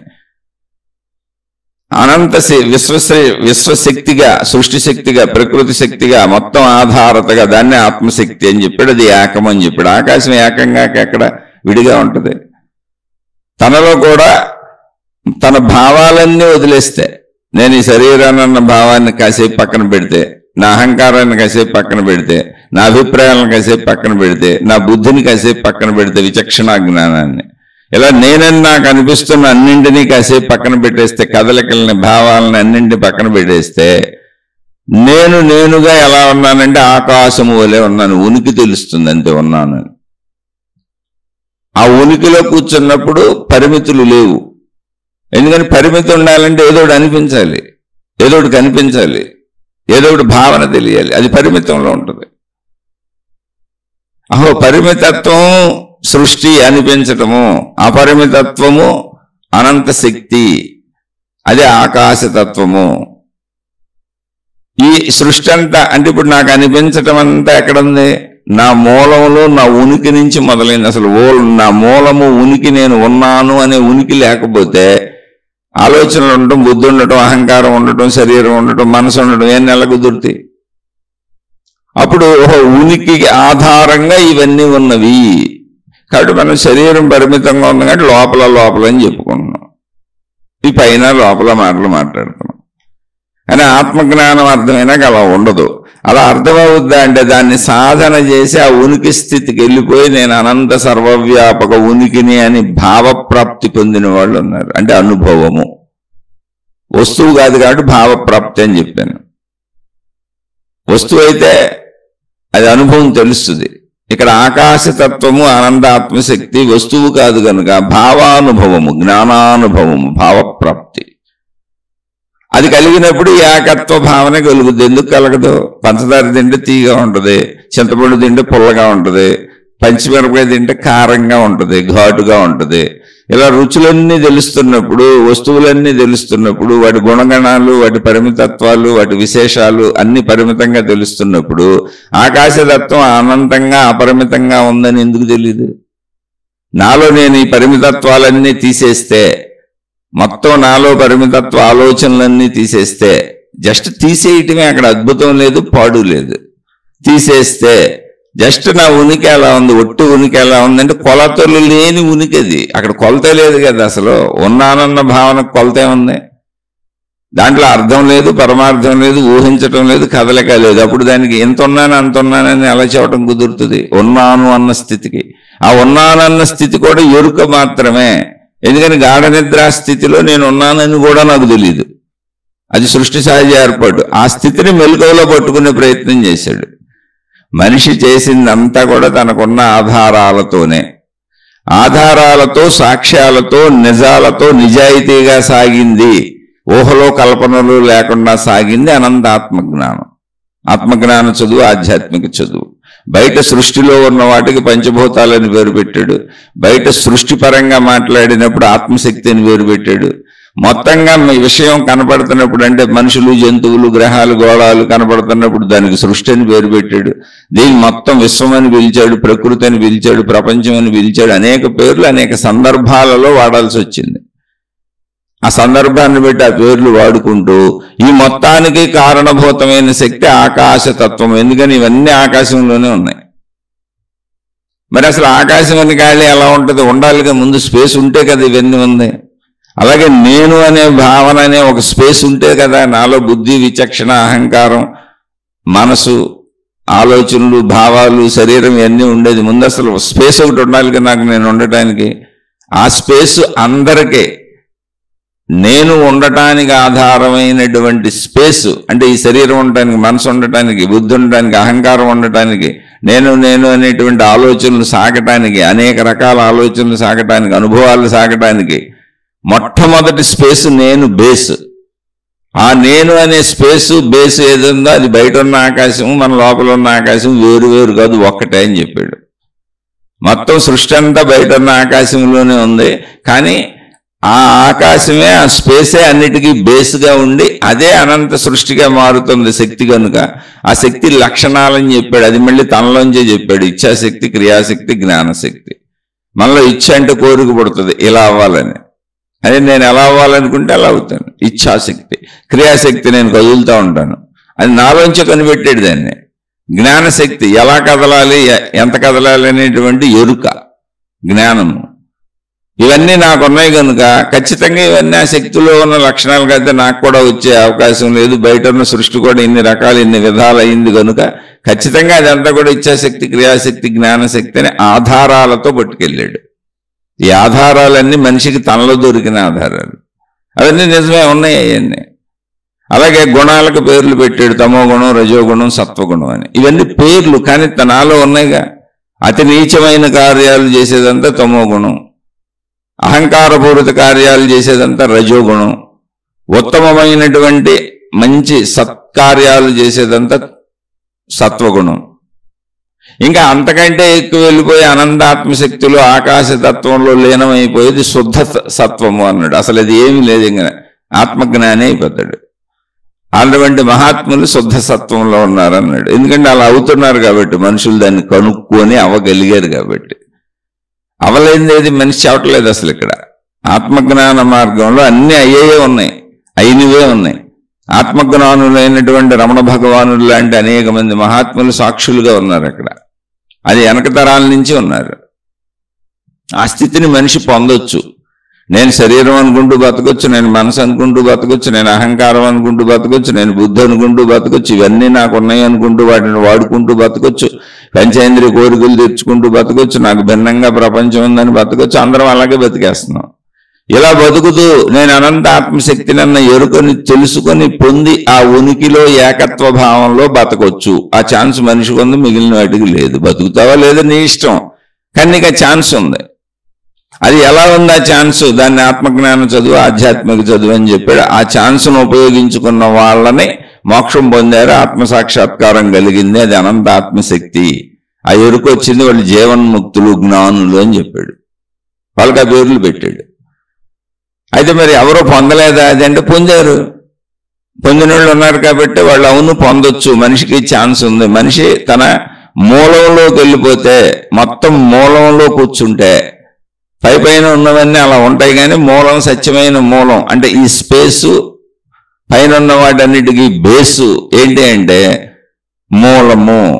దాన్ని నిద్రలో కాకుండా నిద్రాస్థితిలో సహజంగా వెళ్ళిపోతున్నాం. మెలకువలో పట్టుకోగలిగితే, దాన్ని మెలకువలో పట్టుకోగలిగితే మనం చక్కగా దాన్ని పొందొచ్చని అనేక మంది పొందేశారు. పొందిన వాళ్ళందరూ అవును పొందాం మేము, ఆ భావన మాకు వచ్చింది. అక్కడ అసలు ఈర్ష్యలు, అసూయలు, ద్వేషాలు, కోపాలు, కుట్రలు, కుతంత్రాలు, ఈర్ష్యలు, అసూయలు ఏమి ఉండవో. ఏకత్వ భావం తెలుస్తుంది, అనుభవం పొందొచ్చు, అనుభవం అవుతుంది. మేము దాన్ని పొందామని జీవన్ముక్త స్థితిని పొందిన జీవన్ముక్తులు అనాదిగా వేల లక్షల మంది తరతరాలుగా దీన్ని ముందుకు అందించుకుంటూ వస్తున్నారు. ఇది ఆత్మజ్ఞాన చదువు, ఆధ్యాత్మిక చదువు. దీని బేస్లో అందరూ ఇలాగే ఉంటారా అంటే లేదుగా, అందరూ ఊహలు ఊహించుకుంటూ ఉంటారుగా. మళ్ళీ దీని బేస్లో దీని ఆధారంగా చేసుకున్న కాల్పనిక సాహిత్యము, మతములు, మార్గములు, దేవుళ్ళు, దేవతలు. ఇంకా అక్కడి నుంచి కాలము, యుగాలు. యుగాలు అనేది ఇప్పుడు కాలం మనం నిమిషాలు, గంటలు, సంవత్సరాలు ఎలా చెప్పుకుంటున్నాం, అప్పుడు యుగాలు అన్నారు అంతే. దీని వెనక చదువు అది. ఇప్పుడు కూడా ఒక్కో దేశంలో ఒక్కో భాష ఉంది, ఒక్కో రాష్ట్రంలో ఒక్కో భాష ఉంది, ఒక్కొక్కరు ఒక్కోలా తయారు చేసుకుంటారు విధానాలు. అలా మానవ జాతి చరిత్రలో ఈ మానవ జాతి ఎన్ని కోటాను కోట్ల సంవత్సరాల చరిత్ర కలిగి ఉందో తెలియదు మనకి. చెప్పేదంతా ఊహే, సైన్స్ కూడా ఊహే. ఉన్నాటిని పరిశీలించుకుంటే వెళ్తుంది, అన్నీ ఊహే. మళ్ళీ అవి తిరగబడిపోతూ ఉంటాయి సిద్ధాంతాలు. ఈ సిద్ధాంతాలు, రాద్ధాంతాలు అన్ని మనిషి తలలోంచి వచ్చేవే. ఆత్మజ్ఞానము అని అన్నప్పుడు ఏంటంటే అక్కడ ఊహలో లేవు, నువ్వు ఆధారంగా ఉన్నావు దానికి, అది నీలో జరుగుతున్న విషయం. ఇప్పుడు గుణమార్పు చేసుకోండి మంచిగా బతకండి అన్నారనుకో, దానికి మహిమ ఊహ మాయ ఏముంది? మంచిగానే బతకాలిగా, ఒకరినొకరు బాధ పెట్టుకుంటున్నాం, మోసం చేస్తున్నాం, అన్యాయాలు జరుగుతున్నాయి, కుట్రలు జరుగుతున్నాయి, కుతంత్రాలు జరుగుతున్నాయి. ఎందుకు మోసాలు? మోసాల వల్ల నువ్వు నష్టపోతున్నావు, ఎదుటి వాళ్ళు నష్టపోతున్నారు. ఎవరైనా నిన్ను మోసం చేస్తే నీకు బాధగా, మరి నువ్వు మోసం చేసినప్పుడు ఎదుటి వాళ్ళకు బాధగా. ఇంతే సింపుల్ ఆత్మజ్ఞానం. ఇదే ఆధ్యాత్మిక చదువు. అలా మోసం చేయకుండా ఉండాలంటే ఏం చేయాలి? నీ శరీరం అదుపులో ఉండాలి, నీ ఇంద్రియాలు అదుపులో ఉండాలి, నీ మనసు అదుపులో ఉండాలి, నీ బుద్ధిని అదుపులో ఉండాలి, నీ అహంకారం నీ అదుపులో ఉండాలి. మొత్తంగా నువ్వు నీ అదుపులోకి రావాలి. అంతేత ప్రపంచాన్ని అదుపు చేయడం కుదరదు. ఇది మనిషికి కుదిరిన ఏకైక అవకాశము తనను తాను గమనించుకోవడం, తనను తాను తెలుసుకోవడం, తనను తాను అదుపు చేసుకోవడం, తనను తాను మార్చుకోవడం, తనను తాను మంచిగా ఉంచుకోవడం, తనలో ఉన్న చెడును తాను పోగొట్టుకోవడం. ఇది ఆధ్యాత్మికత, ఇది ఆత్మజ్ఞాన చదువు, ఇది ఆధ్యాత్మిక చదువు. పాజిబిలిటీ ఒక్కటే ఉన్నది, ఇంకో పాజిబిలిటీ లేదు, పక్కోడిని మార్చే పాజిబిలిటీ లేదు. ఎందుకనంటే అసలు పక్కోడి లోపల విషయాలు నీకు తెలిసే అవకాశం లేదు. మొత్తం చూడండి ఎంత సత్యం మీద వెళ్తుందో, నిజాల మీద వెళ్తుంది. అన్ని అర్థమైన విషయాలు, అర్థం కాని విషయాలు ఉండవు. అంతా నేనే, నా లోపలే, నా లోపల దాంతోనే బయట కూడా కనుక్కున్నాను. ఇప్పుడు మనం సెకండ్లో, నిమిషాలు, గంటలో, రోజులు, సంవత్సరాలు ఎలా తయారు చేసుకున్నామో అంతకుముందు వాళ్ళు అలా మాట్లాడారు, యుగాలు అని మాట్లాడారు. అంతే, అంతకు మించి ఇంక విశేషత ఏమీ లేదు. ఆ విధానాల్లో సాగుతున్నప్పుడు ఆ విధానాల వాళ్ళు ఆ పేర్లే వాడతారు, యుగాలు అని. అంతే తప్ప యుగాలు అక్కడ మధ్యలో కట్ అయిపోవు. ఇప్పుడు ఒక రోజు మనం రోజు అన్నాం, రాత్రి అన్నం, పగలన్నాం. ఈ రోజు, రాత్రి, పగలు ఇవన్నీ మనం చెప్పుకున్నప్పుడు ఎక్కడన్నా మనకి ఏదైనా కట్ అయిపోయిందా? కట్ అవ్వలేదుగా. ఇప్పుడు రాత్రి వచ్చేటప్పటికి మధ్యలో కాసేపు ఖాళీ వచ్చేసి కట్ అయిపోయి ప్రపంచ ప్రజలందరూ అయోమయం అయిపోయి ఏమైందో అర్థం కాక, అవును కాసేపు ఆగిపోవాలి. ఇప్పుడు చూడండి, కరెంటు పోద్ది. తప్పన ఒకసారి మన ఇంట్లో కరెంటు పోయి మనకి జనరేటర్లో ఏమీ లేవు అనుకోండి, ఇన్వర్టర్లో బ్యాటరీలు లేవు అనుకోండి, మళ్ళీ కరెంటు వచ్చే వరకు అయోమయంగానే ఉండి కాసేపు ఆగిపోతాం. ఆగిపోయి క్యాండిల్స్ ఎక్కడ, దీపం ఎక్కడ ఇలా ఎత్తుక్కోవాలి. మళ్ళీ వెలుతురుతో మొదలవుద్ది మనకి. కరెంటు పోయి మళ్ళీ ఏదో ఒక వెలుతురు రావటానికి ఒక కొంత టైం పట్టుద్ది, అక్కడ ఆగిపోయినట్టు ఉంటుంది. అలా కాలం ఎక్కడన్నా ఆగిపోయిందా మనకి? 12 గంటలుగా సమయం రాత్రికి మళ్ళీ మారేటప్పుడు, పగలు రాత్రి అయ్యేటప్పుడు ఎక్కడన్నా ఆగిపోయి కాసేపు ఆగి అందుకొని మొదలవుతుందా? అలాగే రాత్రి మళ్ళీ కాసేపు ఆగి ఎక్కడన్నా ఆగిపోయి అందుకొని మళ్ళీ పగలు మొదలవుతుందా? అసలు ఎక్కడైనా కాలం భేదం ఉందా? కాలం కట్ చేయడం కుదురుతుందా ఎక్కడన్నా? వ్యావహారిక సత్యంగా ఉన్న స్థితికి ఆధారంగా భూమి తిరుగుతుంది కనుక, తిరుగుతున్న భూమికి పగలో రాత్రి అనేటువంటి సూర్యుడు వలన ఏర్పడుతున్నాయి కనుక ఏర్పాటును బేస్ చేసుకుని కాలాన్ని ఏర్పాటు చేసుకున్నాం. అసలు కాలమే లేదు ఇక్కడ. కాలం మనిషి ఏర్పాటు, వ్యావహారిక సత్యము. ఎందుకంటే పనుల కోసం పనులు పెట్టుకున్నాం కనుక, వృత్తి వ్యాపార ఉద్యోగాలు పెట్టుకున్నాం కనుక, జీవన విధానంలో జీవించడానికి పెట్టుకున్నాం కనుక, ఒక్క మనిషికి తప్ప జంతువులకి అసలు మొత్తం యూనివర్స్లో దేనికి కాలం లేదు. కాలమే లేదు. కాలమే లేని దానికి యుగాలు ఏంటి? మళ్ళీ ఇప్పుడు బ్రహ్మగారు తయారు చేసేది మనుషులు ఒక్కళ్ళైనా, ఇంకా వేరే జంతువుల్ని బ్రహ్మగారు చేయరా? నేను విమర్శించట్లా, మొత్తం సృష్టి అంతా అలా సాగుతూ ఉంటుంది. దాని ఆ పుట్టుక శక్తి పేరు బ్రహ్మ అని పెట్టారు. నీకు అర్థం అవ్వదు కాబట్టి మనిషి రూపం ఇచ్చారు, బోల్సార్లు చెప్పాను. ఆ మధ్యలో జీవన శక్తి అంటే పుట్టిన కాడి నుంచి జీవించడానికి ఆధారమైన శక్తి పేరు విష్ణువు అని పెట్టారు. దానికి నీకు అర్థం అవుతుంది కాబట్టి నీలాంటి రూపం ఇచ్చారు, మనిషి లాంటి రూపం ఇచ్చారు. కానీ దేవుడు దేవత అని ఆ మనిషితో కలపకుండా మనిషి కంటే అతీతమైన శక్తిగా చెప్పారు. ఆ శక్తిని మరి నీకు ఎలా తెలియజేయాలి? నీకు తెలియట్లేదుగా శక్తి అంటే. శక్తి అంటే ఏమీ లేదు అక్కడ, ఆకాశతత్వమే శక్తి. ఏమీ లేకుండా నిశ్చలంగా ఉంటే అది శక్తి. అది ఏమైనా అవ్వగలదు. ఎందుకు అది శక్తి? ఎందుకు అది ఎనర్జీ? ఎందుకు దానికి అంత సామర్థ్యం ఉంది అంటే అయిందంతా అదే. అది ఏమైనా అవ్వగలదు. సృష్టిలో అయిందంతా అదే. ఏమీ అవ్వకుండా ఉంటే అది ఒట్టుగా శక్తి, ఆత్మశక్తి అంటే. ఏదైనా దానికి పేరుంది. చెట్టు అయితే చెట్టు, పుట్ట అయితే పుట్ట, గొట్ట అయితే గొట్ట, మనిషి అయితే మనిషి, గోళం అయితే గోళం, గ్రహం అయితే గ్రహం, ఏదైతే అది దానికి పేరు వచ్చింది, పేర్లు పెట్టారు. అవుతుంది, అది అవుతున్నది కనుక చెప్పారు అవుతుంది అని. సృష్టిలో జరుగుతుంది కదా, మళ్ళీ సృష్టిలో పుట్టడం, పెరగడం, చనిపోవడం అనేది ఒకటి ఉంది కదా, ప్రాసెస్ జరుగుతుంది కదా, కథలకి జరుగుతుంది కదా సృష్టి అంతా. అన్ని జీవరాశులకి అలాగే ఉంది కదా భూమి మీద. దాన్ని ఆధారంగానే చెప్పారు. మిగిలిన వాటిలో అసలు అలా ఉందో లేదో తెలీదు. ఒకవేళ మిగిలిన గోళాల్లో శాశ్వతత్వం ఉందేమో, అసలు కదలకే లేదేమో. ఒకవేళ ఉన్నా అక్కడ అన్న శాశ్వతత్వం ఉందేమో తెలీదుగా. ఏ గోళాల్లో ఉన్నటువంటి, ఏ గ్రహ గోళాల్లో ఉన్నటువంటి జీవజాతులు శాశ్వతంగా ఉండిపోతాయేమో, పుట్టుట పెరుగుట చావటం ఉండదేమో, మనకేం తెలుసు, అది భూమి మీదే ఉంది. కాబట్టి తనకు తెలిసిన బేసులోంచి అన్నీ రాసుకుంటూ వచ్చాడు, అన్ని ఊహించుకుంటూ వచ్చాడు. అలా ఊహగా రాసి నమ్మండి అని చెప్పిన మతాలు. అసలు నమ్మకాలతో ఆధారమే లేదు, నువ్వే నీ నమ్మకం, నిన్ను నువ్వు పరిశీలించుకొని నీకు అన్ని తెలుస్తే నీ బేస్ మీదే తయారైంది అనేది ఆత్మజ్ఞానం, ఆధ్యాత్మిక చదువు. అక్కడ నమ్మకమే ఉండదు, పరిశీలన. నేను చూసుకుంటే నీకు అన్ని కనబడతాయి. అక్కడ నువ్వే నీ అర్థం, నేను చూసుకుంటే చాలు. కాదు, మేము ఊహించాం, కల్పించాం, మేము భావించాం, ఒక దేవుడు ఒక దేవత ఎవరో ఇదంతా చేశారు అన్నప్పుడు దానికి ఆధారంగా అక్కడ ఎవరో దేవుడు దేవత కనపడరు, కానీ ఉన్నారని భావించుకొని దానికి ప్రతిమలు, మూర్తులు, చిహ్నాలు తయారు చేసుకున్నాడు, ప్రార్థనాలయాలు చేసుకున్నాడు. ప్రార్థనాలయాలు ఇవన్నీ ఏంటి? మనిషి జీవితంలో అలవాటైన చర్యలు. తను ఇల్లు కట్టుకున్నాడు, దేవుడికి ఇల్లు కడితే ప్రార్థనాలయం అన్నాడు. తన ఇంట్లో ఏం చేసుకుంటాడు, తను ఏం చేసుకుంటాడో అలా అన్నీ. పూర్వం తన పై వాళ్ళని, రాజుల్ని, అధికారుల్ని మెప్పించడం, ఇప్పుడు మనుషులు అదే చేస్తారు. తమకంటే బలవంతుల్ని మెప్పించడం, డబ్బున్నోళ్ళని మెప్పించడం, వాళ్ళ నుంచి లాభం పొందే ప్రయత్నం చేయడం, వృత్తి వ్యాపార ఉద్యోగాలన్నీ అవేగా. అలా మనకంటే దేవుడు మొత్తం సృష్టికి కారకుడు కనుక మెప్పించేటువంటి గోళ్ళు పెట్టాడు. ప్రార్థనలు అన్నాడు, ప్రేయర్స్ అన్నాడు, రక్షణలకి ఏదో పెట్టుకున్నాడు. మెప్పిస్తే రక్షణ ఉంటుంది. రక్షణ అంటే ఏంటి? లాభం, నష్టం లేకుండా లాభం. ఇవన్నీ మనిషి జీవితంలో ఉన్న విషయాలు. ఆ జీవితంలో ఉన్న విషయాలనే బయట చూపిస్తున్నాడు. ఆలోచించగలిగిన వాడికి అర్థమవుద్ది. అక్కడ నమ్మకము అంటే అవి కనపడవు, ఉన్నవని తెలియదు, సాక్ష్యం ఉండదు, భావించుకోవాలి.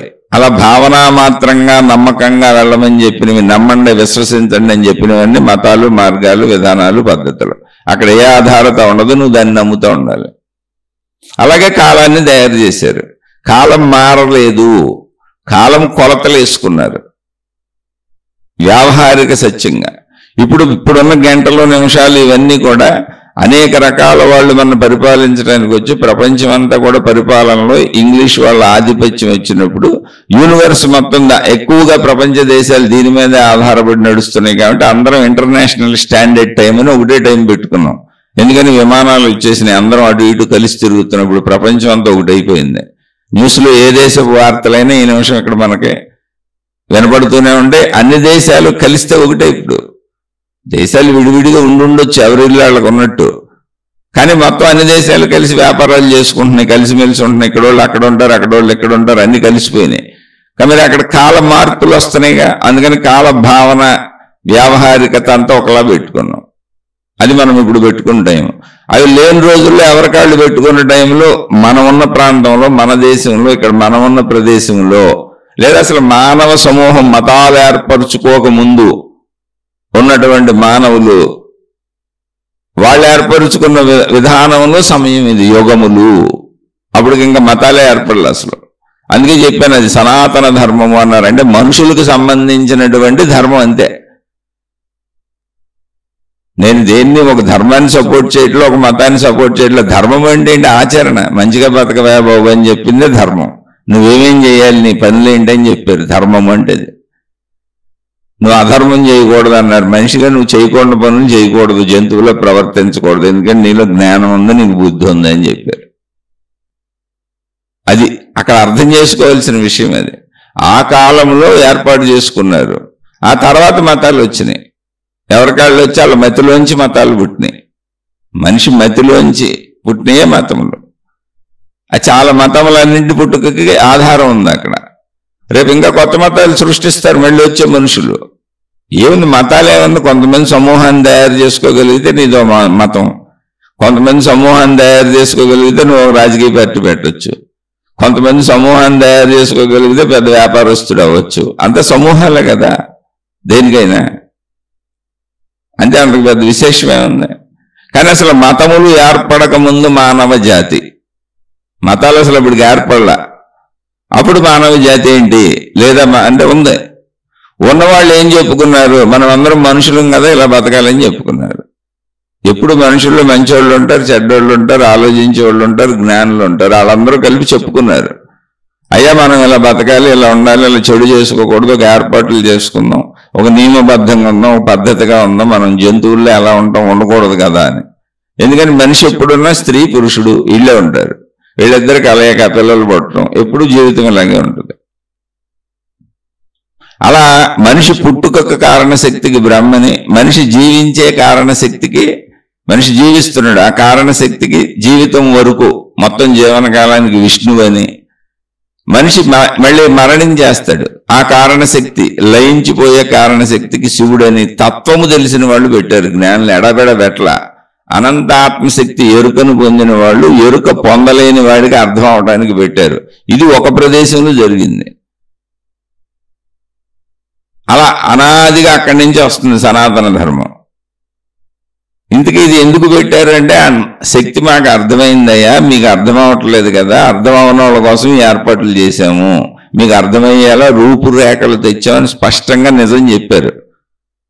నిజమే చెప్పారు. అందుకే మీరు గమనించి చూడండి, పుట్టుక శక్తి అయిన బ్రహ్మగారికి ఆలయాలు ఉండవు. ఎందుకని?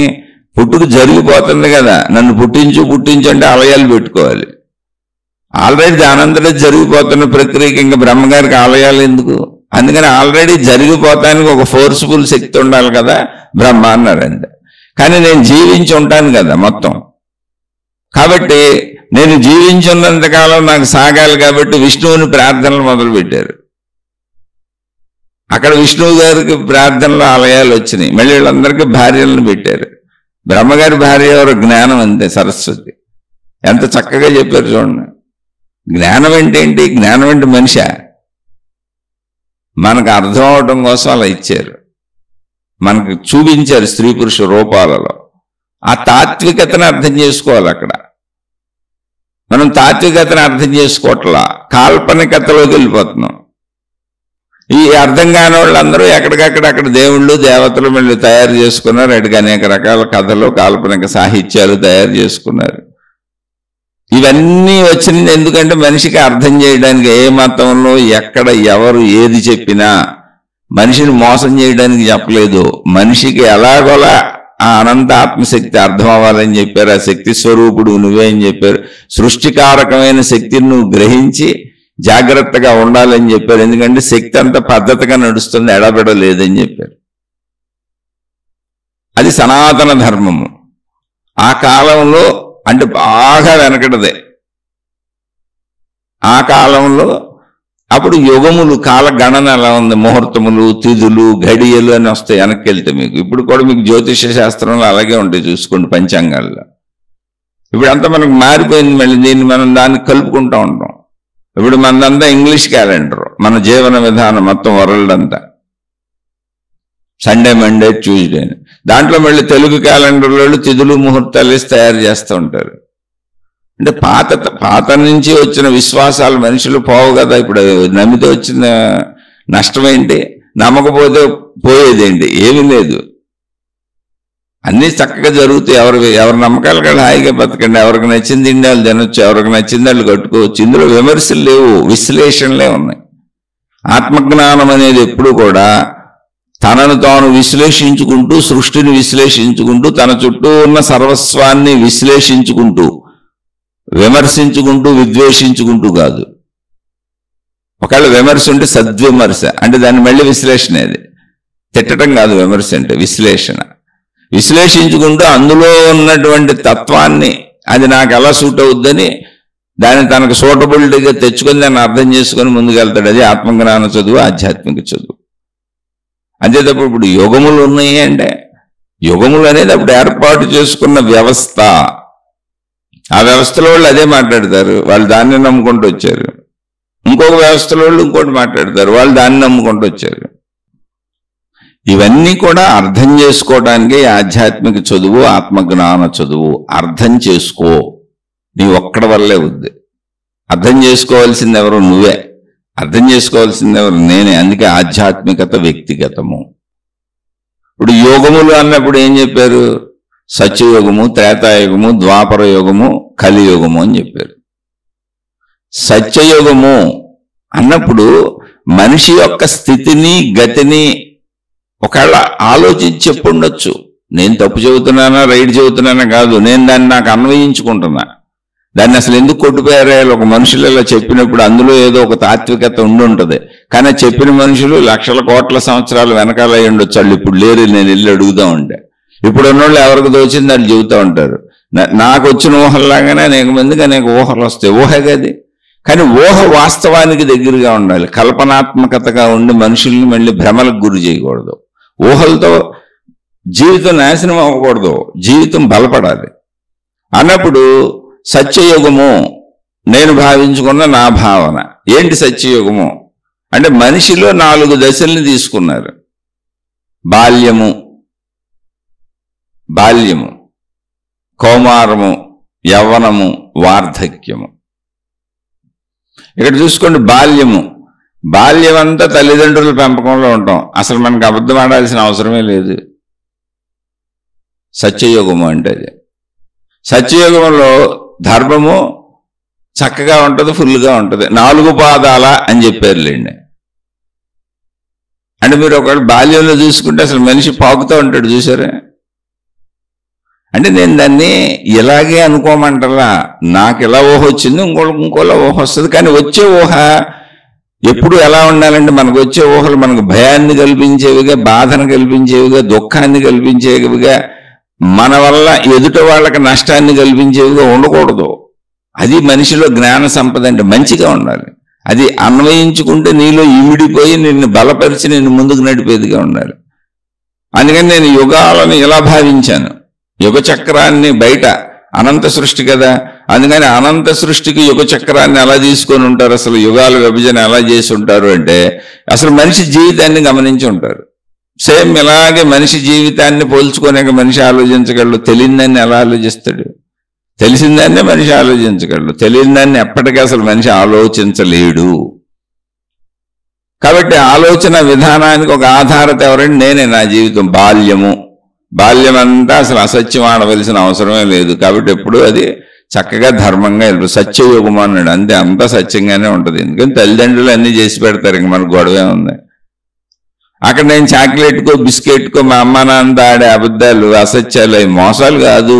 నేనేదో బిస్కెట్ తినటం కోసం పడిన తాపత్రయం తప్ప అక్కడ హాని లేదు, నష్టం లేదు. మోసం ఎప్పుడు ఎదుటివాడికి హాని నష్టము కలిగితేనే అది మోసమైన, అసత్యమైన, కుట్రైన, కుతంత్రమైన ఎవరో ఒకరు నష్టపోతుండే. బాల్యంలో అసలు అలా ఉండదు. కాబట్టి బాల్యం అంతా సత్యము. కౌమారము అంటే టీనేజ్లో స్త్రీ పురుష శారీరక ఆకర్షణలు ఉంటాయి. దానికి బేసే త్రేతాయుగము అని పేరు పెట్టాడు. త్రేతాయుగము సత్యయుగం తర్వాత ఏం శ్రీరామచంద్రుడు భార్యని సీతమ్మ తల్లిని రావణాసురుడు ఎత్తుకుపోయాడు. స్త్రీ పురుష ఆకర్షణ అక్కడ మొదలైపోద్ది. యవ్వనము, ఈ మొదలైన ఆకర్షణలు ఇంకా రకరకాల తప్పులు చేస్తూ ఉంటారు మనుషులు. అది కౌమారము. స్త్రీ పురుష ఆకర్షణ శరీరములో మొదలైన స్థితి కౌమారము. అక్కడ రకరకాల తప్పులు ఉంటాయి. వాళ్ళేళ్ళు వెనకబడతారు, వాళ్ళు వెనకబడతారు, ఇవన్నీ జరుగుతానే ఉంటాయి నిత్యం. మొత్తం బేస్ అక్కడ స్త్రీ పురుష ఆకర్షణ. త్రేతాయుగంలో మెయిన్ స్టోరీ అదే, రావణ సంహారం. కారణం సీతమ్మ తల్లిని ఎత్తుకుపోవడం. ఇంకా దానికి ఆ సందర్భానికి అవసరమైన స్టోరీలు అనేకం జరుగుంటాయి, కానీ మెయిన్ స్టోరీ అది కౌమారం. ఇక్కడి నుంచి యవ్వనము, ఇంకా జీవితంలో ఎవరో ఒకరిని పెళ్లి చేసుకొని స్థిరపడిపోతాడు. కుటుంబ వ్యవస్థ వచ్చేస్తుంది. వచ్చినాక ఇప్పుడు ఏమవుతుంది? బతకడానికి అవసరమైన ధన సంపదలు నేను, నాది, నా వాళ్ళు. ఇప్పుడు ఇక్కడి నుంచి ఇంకా కుటుంబ సంబంధ బాంధవ్యాలు వచ్చేటప్పటికి ఏమవుతుంది? అన్ని అన్నదమ్ములు, అక్క చెల్లెళ్ళు, వీళ్ళతోనే గొడవలు పడతాం. ఎందుకంటే నాదిగా నాకు కావాలి. అదే మనకి చక్కగా చూపించాడు ద్వాపర యుగము.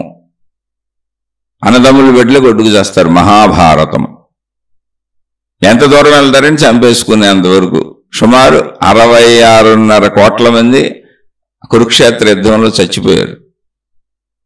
ద్వాపర యుగము. ద్వాపర యుగం అంటే ఇప్పుడు ఈ స్టోరీలో చెప్పిన నలుగురే ఉన్నారా? కాదు, మెయిన్ థీమ్ అది. ఎక్కడ యుగాలు మారవు, మనిషి స్టేజీలు మారినట్టుగా కాలాన్ని చెప్పాడు. కానీ ఎప్పుడు కాలంలో మనుషులే ఉంటారు. మళ్ళీ ఇక్కడ ఎక్కడ జంతువుల గురించి ఉండదు. ఒక్క మానవ జాతి అంతండి మొత్తం సృష్టిలో. మీరు ఒకసారి ఆలోచించండి.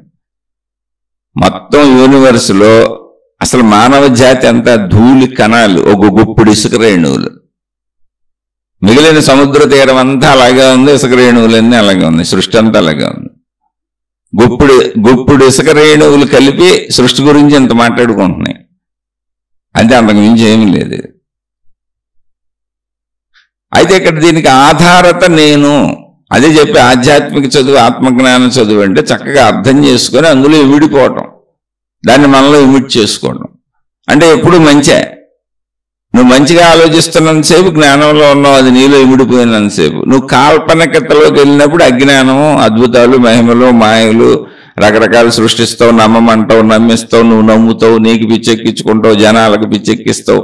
అలా ఏర్పడి చాలా మంది వీటిని తప్పుదోవలు పట్టుకెళ్ళిపోతున్నారు, బోల్డ్ మంది ఉన్నారు. అవే మతంలో ఏర్పడేటువంటి మానవత్వం మర్చిపోయినటువంటి ముసుగు వీరులు, ముసుగు కన్యలు బోల్డ్ మంది ఉంటారు.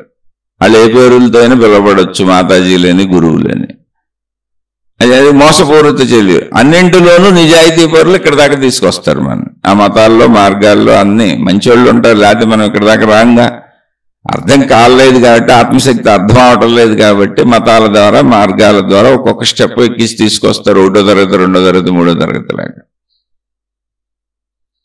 అలా ద్వాపర యుగంలో కొట్టుకు చేస్తాం, నిరంతరం డబ్బు, అందరితో గొడవలే. ఎందుకని? డబ్బు, అహంకారం, నేను, నాది, నా వాళ్ళు, మా వాళ్ళే బాగుండాలి, నేనే బాగుండాలి.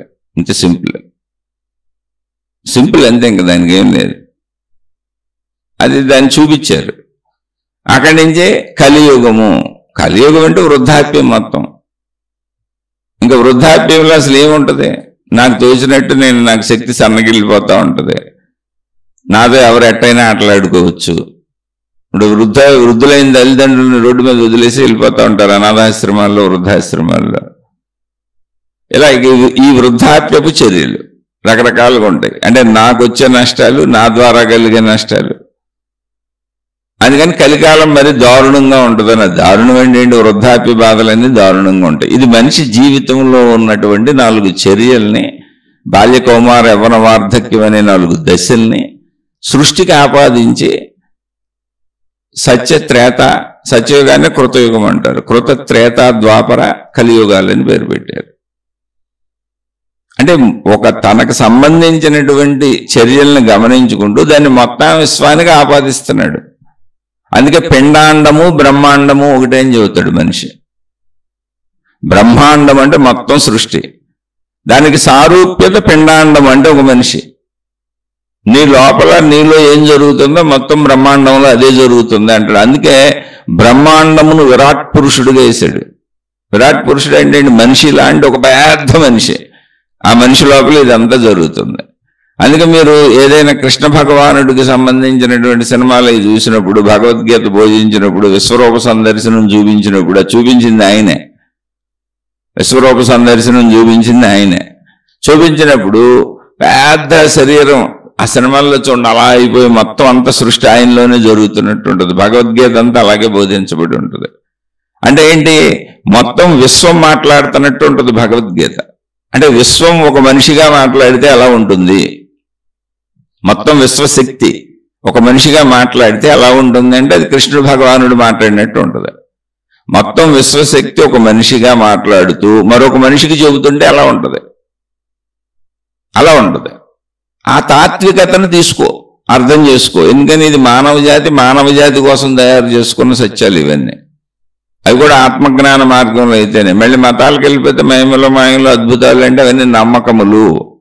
అందుకని మతాలు నమ్మకాలు అయిపోయినాయి. మొదట్లో మతాలు లేవు. మొదట్లో ఉన్నదే మానవ ధర్మము, అంటే మనుషులందరూ కలిసి ఏర్పాటు చేసుకున్న ధర్మము, మనుషులందరూ కలిసి ఏర్పాటు చేసుకున్నటువంటి సమయ వ్యవస్థ. అదే యుగములు కావచ్చు, తిథులు కావచ్చు, ముహూర్తములు కావచ్చు, ఘడియలు కావచ్చు. అప్పటి కాల గణన, అది కాలగణన అంతే. అది జ్యోతిష శాస్త్రం అంతా ఖగోళ శాస్త్రం, అది అంతరిక్ష శాస్త్రము, కాలగణన. అవన్నీ మళ్ళీ లేటెస్ట్ మోడిఫికేషన్ అయినాయి. ఇప్పుడు పేర్లు మారిపోయినాయి. అనేక దేశాల వాళ్ళని కలిసిపోయి అందరికీ అర్థమయ్యే ఒక భాషలో మాట్లాడుకుంటున్నాం, ఒక పద్ధతిలో మాట్లాడుకుంటున్నాం, ఒక కాలగణన పెట్టుకున్నాం, ఒక క్యాలెండర్ పెట్టుకున్నాం, సైన్స్ గీన్స్ అన్ని ఒక రకంగా పెట్టుకున్నాం. ఎందుకని నా సైన్స్ వేరు, నీ సైన్స్ వేరు అంటే మరి ఎవరెవరు ఏమేమి కనుక్కున్నారు ఎడ తెలుస్తుంది. అందుకని ఇప్పుడు ఇవి నడుస్తున్నాయి కనుక పాతవి వెనకబడిపోయినాయి అన్ని నిజమేనా నీళ్ళు వాదించుకుంటూ కొట్టుకుంటే దానికన్నా అర్థం ఉంది అసలు. అందులో సత్యం గుర్తించుకొని నిన్ను నువ్వు తెలుసుకో, అంతే. నిన్ను నువ్వు తెలుసుకో. మనిషికి ఉన్న ఏకైక ఛాన్స్ ఇది ఒకటే, అది ఆత్మజ్ఞానం. దీనికి మళ్ళీ మనుషులకి స్టార్టింగ్లో, ఇప్పుడు ఈయన దేవతల గురించి అడిగాడు, ఆయన దేవతలు దేవుళ్ళని. మనిషికి స్టార్టింగ్లో ప్రతి విషయంలోనూ అసలు అర్థం కాని తత్వమే ఉంటుంది. ఎప్పుడైనా మనకైనా సరే, బాల్యం నుంచి మనం ఎదుగుతున్నా సరే. ఇప్పుడు వర్షం పడింది, ఎవరో కురిపిస్తున్నారు అనుకుంటాడు సైన్స్ తెలియని రోజుల్లో. వరుణదేవుడు అన్నాడు. గాలి వేస్తుంది, వాయుదేవుడు అన్నాడు. భూమి మీద బతుకుతున్నాం, భూమాత అన్నాడు. అలా అన్నింటికీ దైవత్వ స్థానాలు ఇచ్చాడు, అంతేను. ఆ దేవుళ్ళు దేవతలే మనం రక్షిస్తున్నారని చెప్పాడు, అంతేను. అక్కడి నుంచి ఇంకా కాల్పనిక సాహిత్యం వెళ్ళిపోద్ది. మళ్ళీ మనుషులు ఆఖరిగా నవల్స్ రాసినట్టు, సినిమాలు రాసినట్టు ఎవరికాళ్ళు రాసుకుపోయారు. అక్కడి నుంచి మతాలు ఏర్పాటు చేసుకున్నారు. ఆ మతాల వాళ్ళు మళ్ళీ వాళ్ళే యుగ చక్రాలు తయారు చేశారు. ఇప్పుడు 4 యుగాలు రాశారు, కానీ 4 యుగాలకి చక్రాలు తయారు చేశారు. ఎవరికాళ్ళు ఆ యుగ చక్రాలను వాళ్ళే నిర్ధారించి తయారు చేసి రాసేసి డిజైన్ చేసేసి మనుషులకు చెప్పేశారు. అన్నిటికంటే మా మతమే గొప్పదే. అందుకని ఇదిగో ఈ బ్రహ్మ విష్ణు మహేశ్వరులు కూడా కిందే కూర్చొని ఉంటారు, పైన మావోడు ఉంటాడని కొత్త యుగాలు తయారు చేశాడు. ఈ ప్రశ్న అడిగిన ఆయన అక్కడి నుంచి అడుగుతున్నాడు. నేను వాళ్ళు ఓం శాంతి ఓం శాంతి అంటుంటారు. దాన్ని నమ్మారు. నమ్మండి ఏదో ఒకటి. ఏది నమ్మినా వచ్చిన నష్టం లేదు సార్.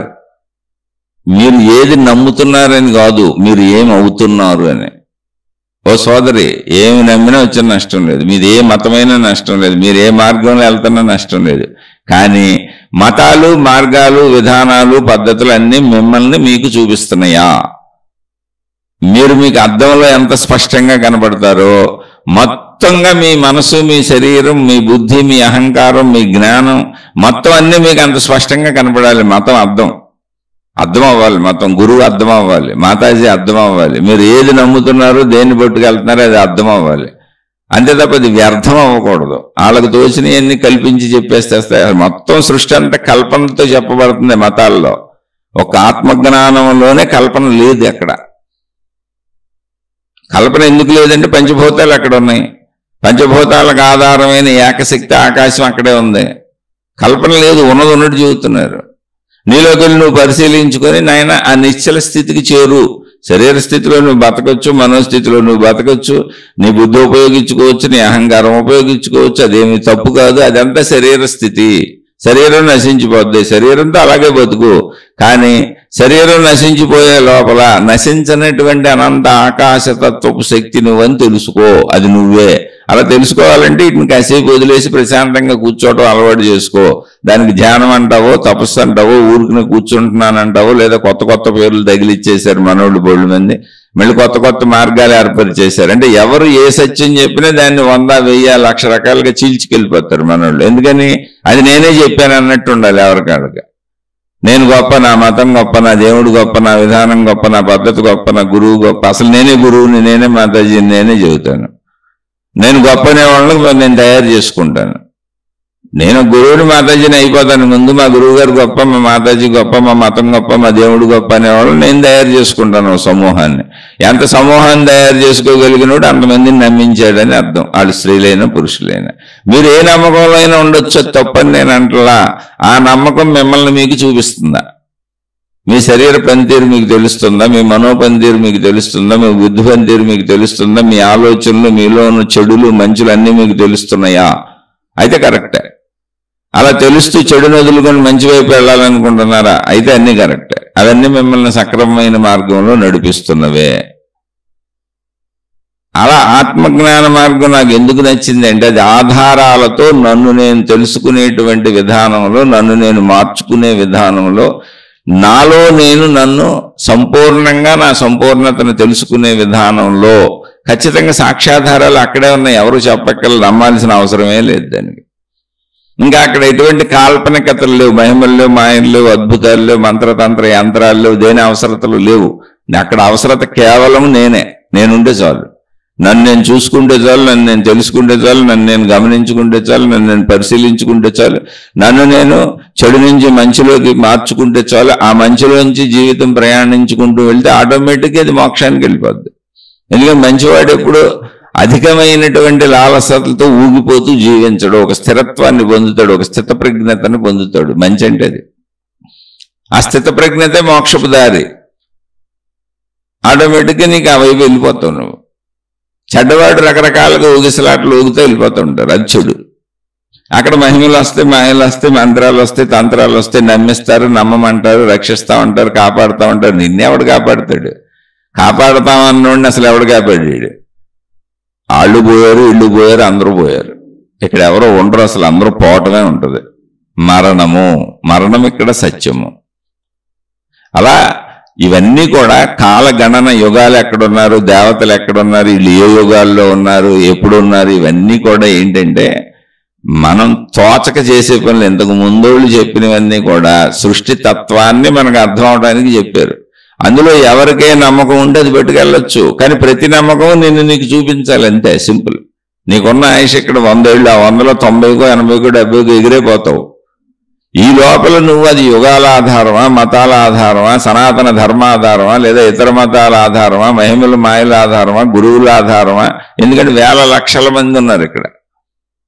గురువులు మతాల పేర్లు పెట్టుకొని, మత పెద్దల పేర్లు పెట్టుకొని, సాధనా విధానాల పేర్లు పెట్టుకొని ఏదో ఒక దాంట్లో ఇల్లు.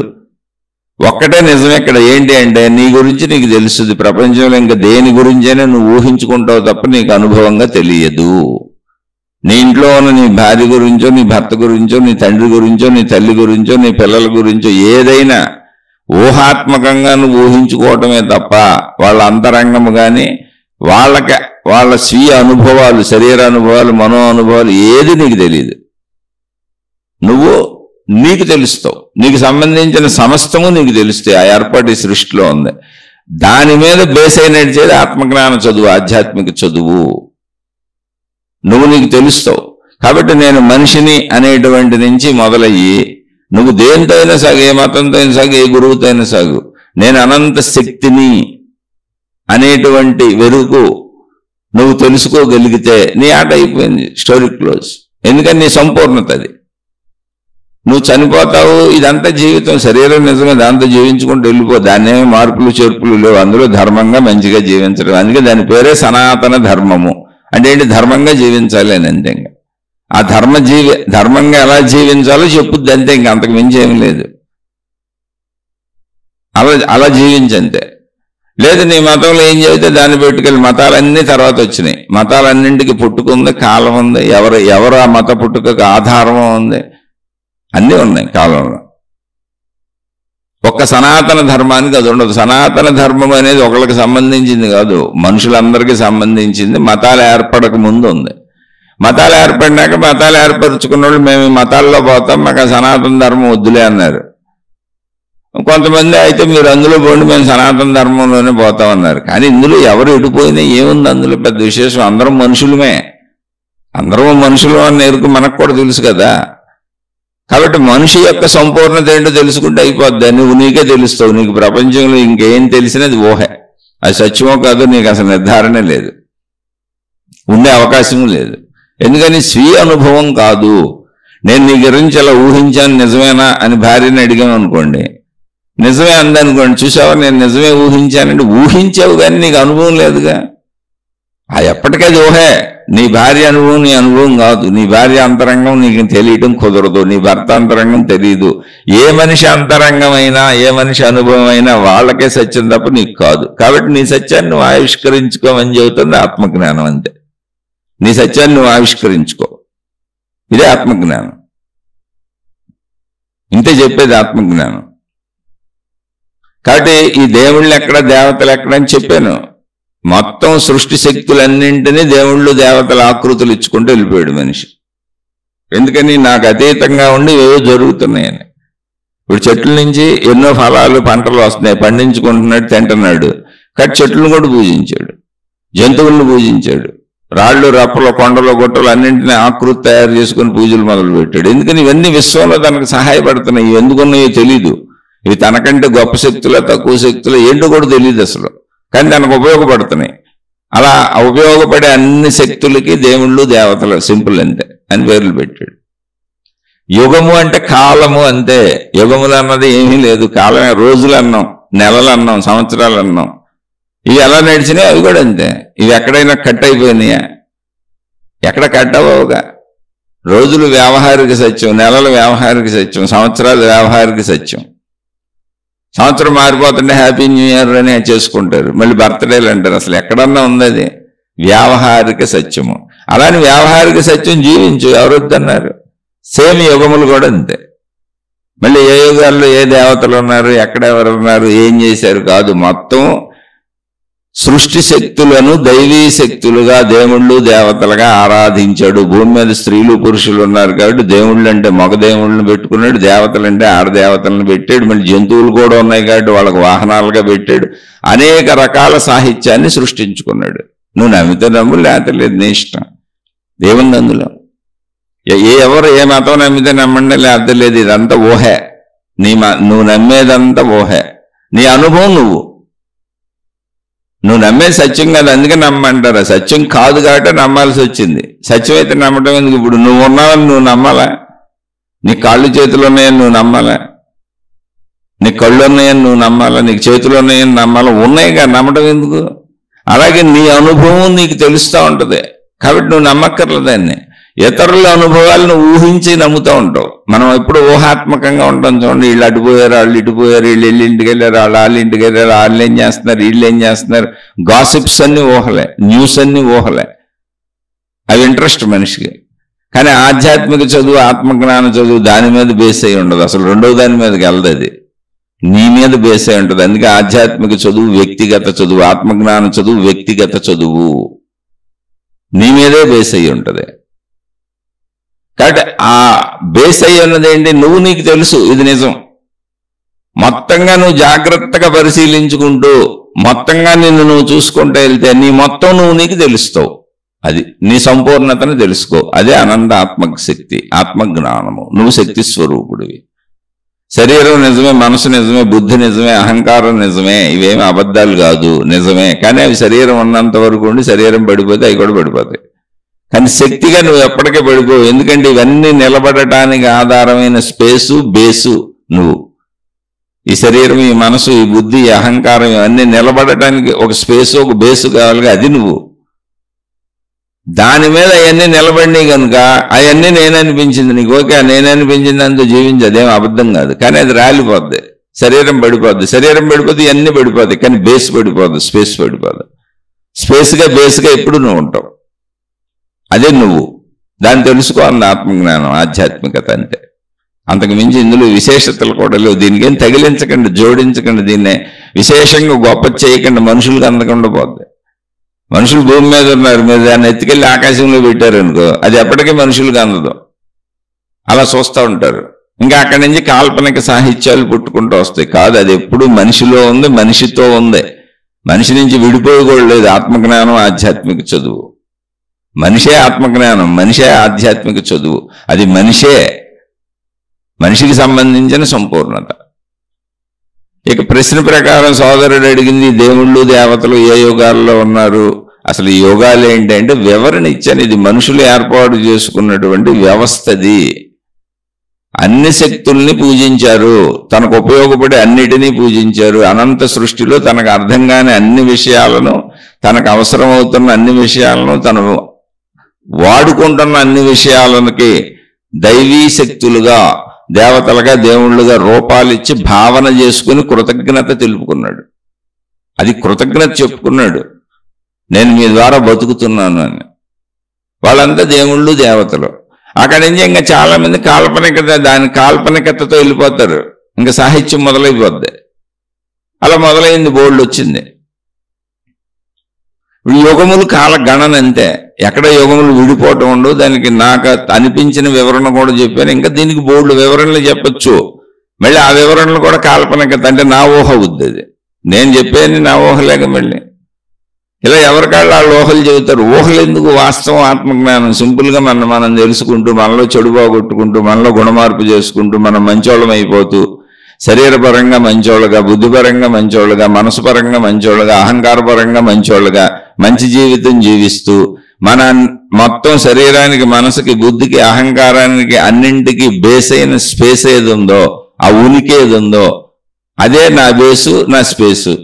ఆ ఉనికిని తెలుసుకుంటే నాకు అసలు మరణమే లేదు, నేను అనంత ఆత్మశక్తిని అన్న ఎరుక నాకు కలుగుతుంది. దానికి సాక్ష్యంగా లక్షల లక్షల మంది మహర్షులు, ఋషులు, మునులు, యోగులు, తపస్సంపన్నులు మేము ఆ స్థితిని పొందాము. ఆ స్థితి నిజమేను, పొందొచ్చు. అది మనిషి పొందగలిగిన స్థితి, అది మనిషి యొక్క సంపూర్ణత్వ స్థితి.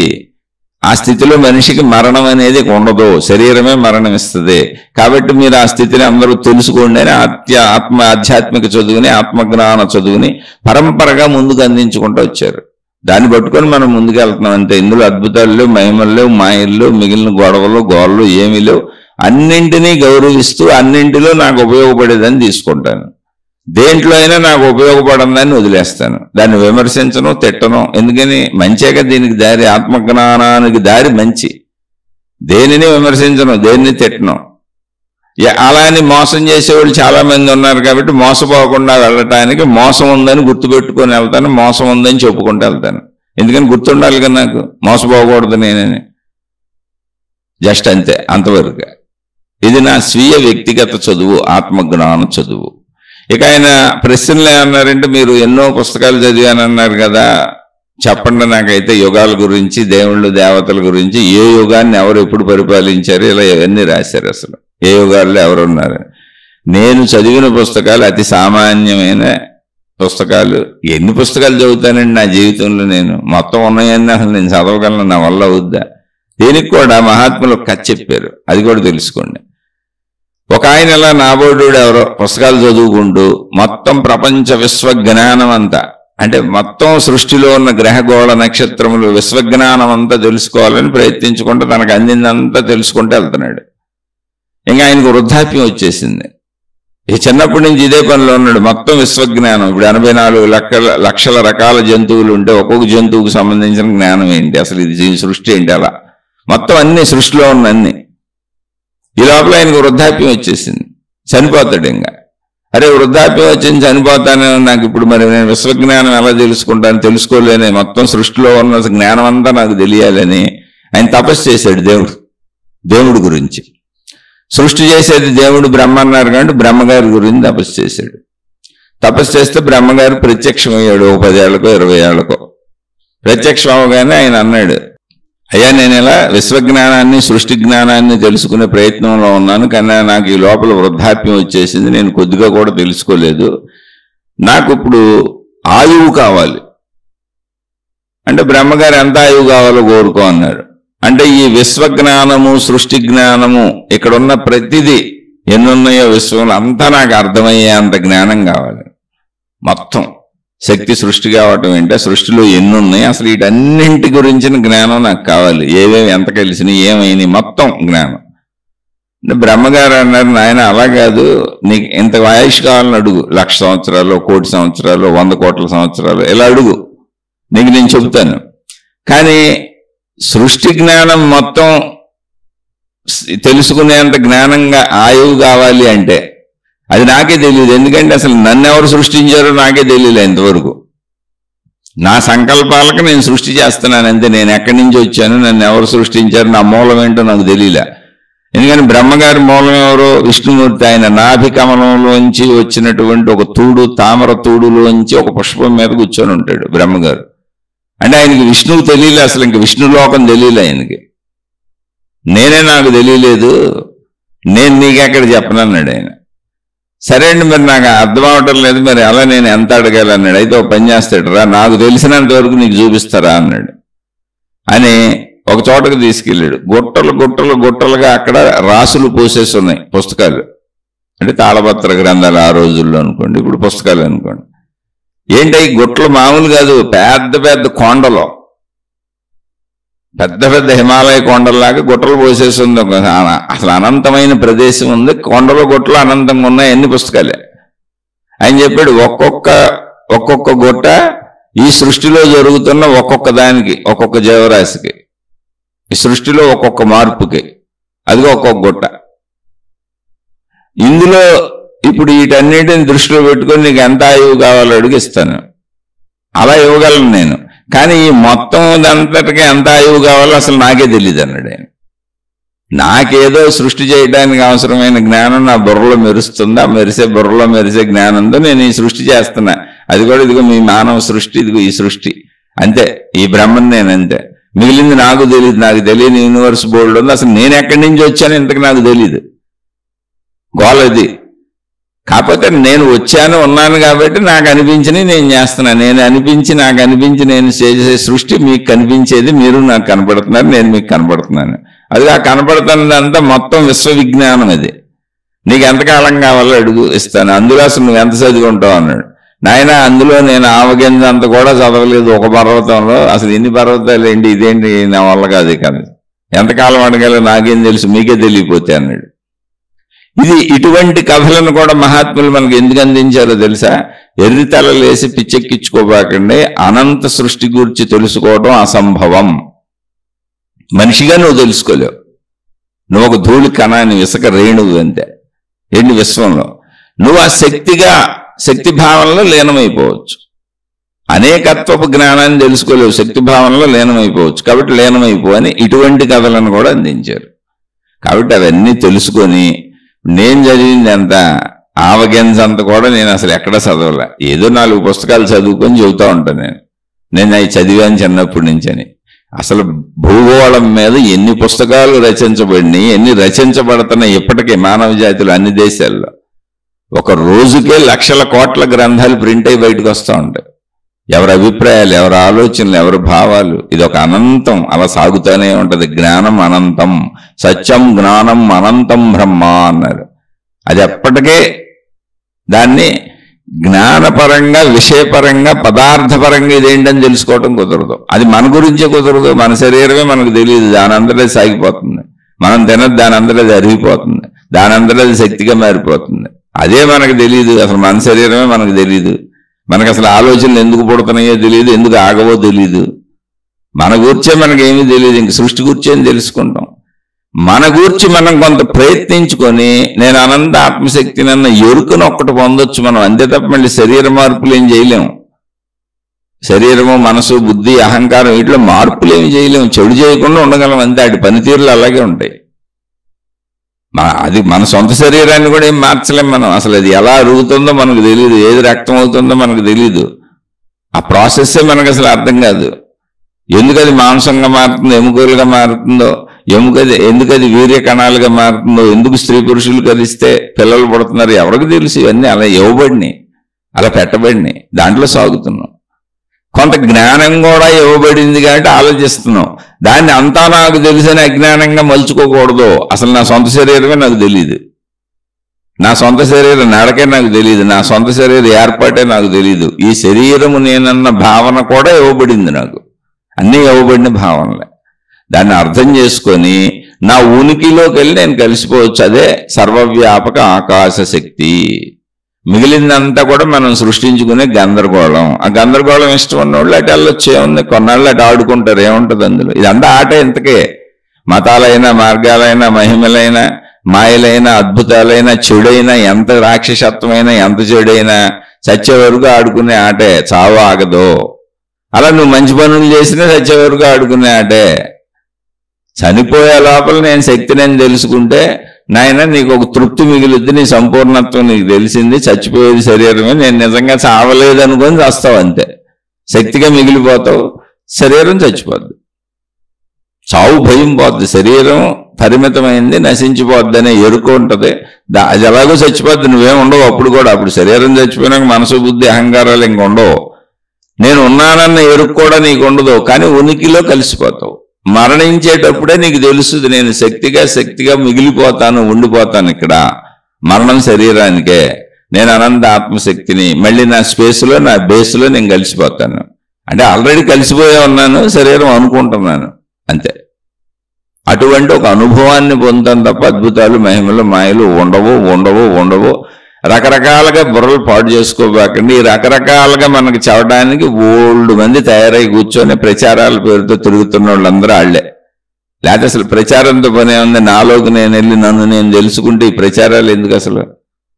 అలానే ప్రచారాలు ఏం తప్పు కాదు. చెడ్డోళ్ళు మంచిగా ఉండండి అని చెబితే మంచి మార్పులు తీసుకొచ్చి మంచిగా బతకండి అంటే తప్పే ఉంది. కాబట్టి మంచిగా బతుకుదాం, అటువంటి వైపు ప్రయాణిద్దాం. కుదిరితే మనం తెలుసుకొని నేను శక్తిని అనేటువంటి భావాన్ని పెంపొందించుకొని నేను అనంత ఆత్మశక్తిని అనే ఎరుకని అనుభవంగా భావప్రాప్తి జరిగేలా ఆ వైపు ప్రయాణం చేద్దాం. ఆలోచించి చూడండి.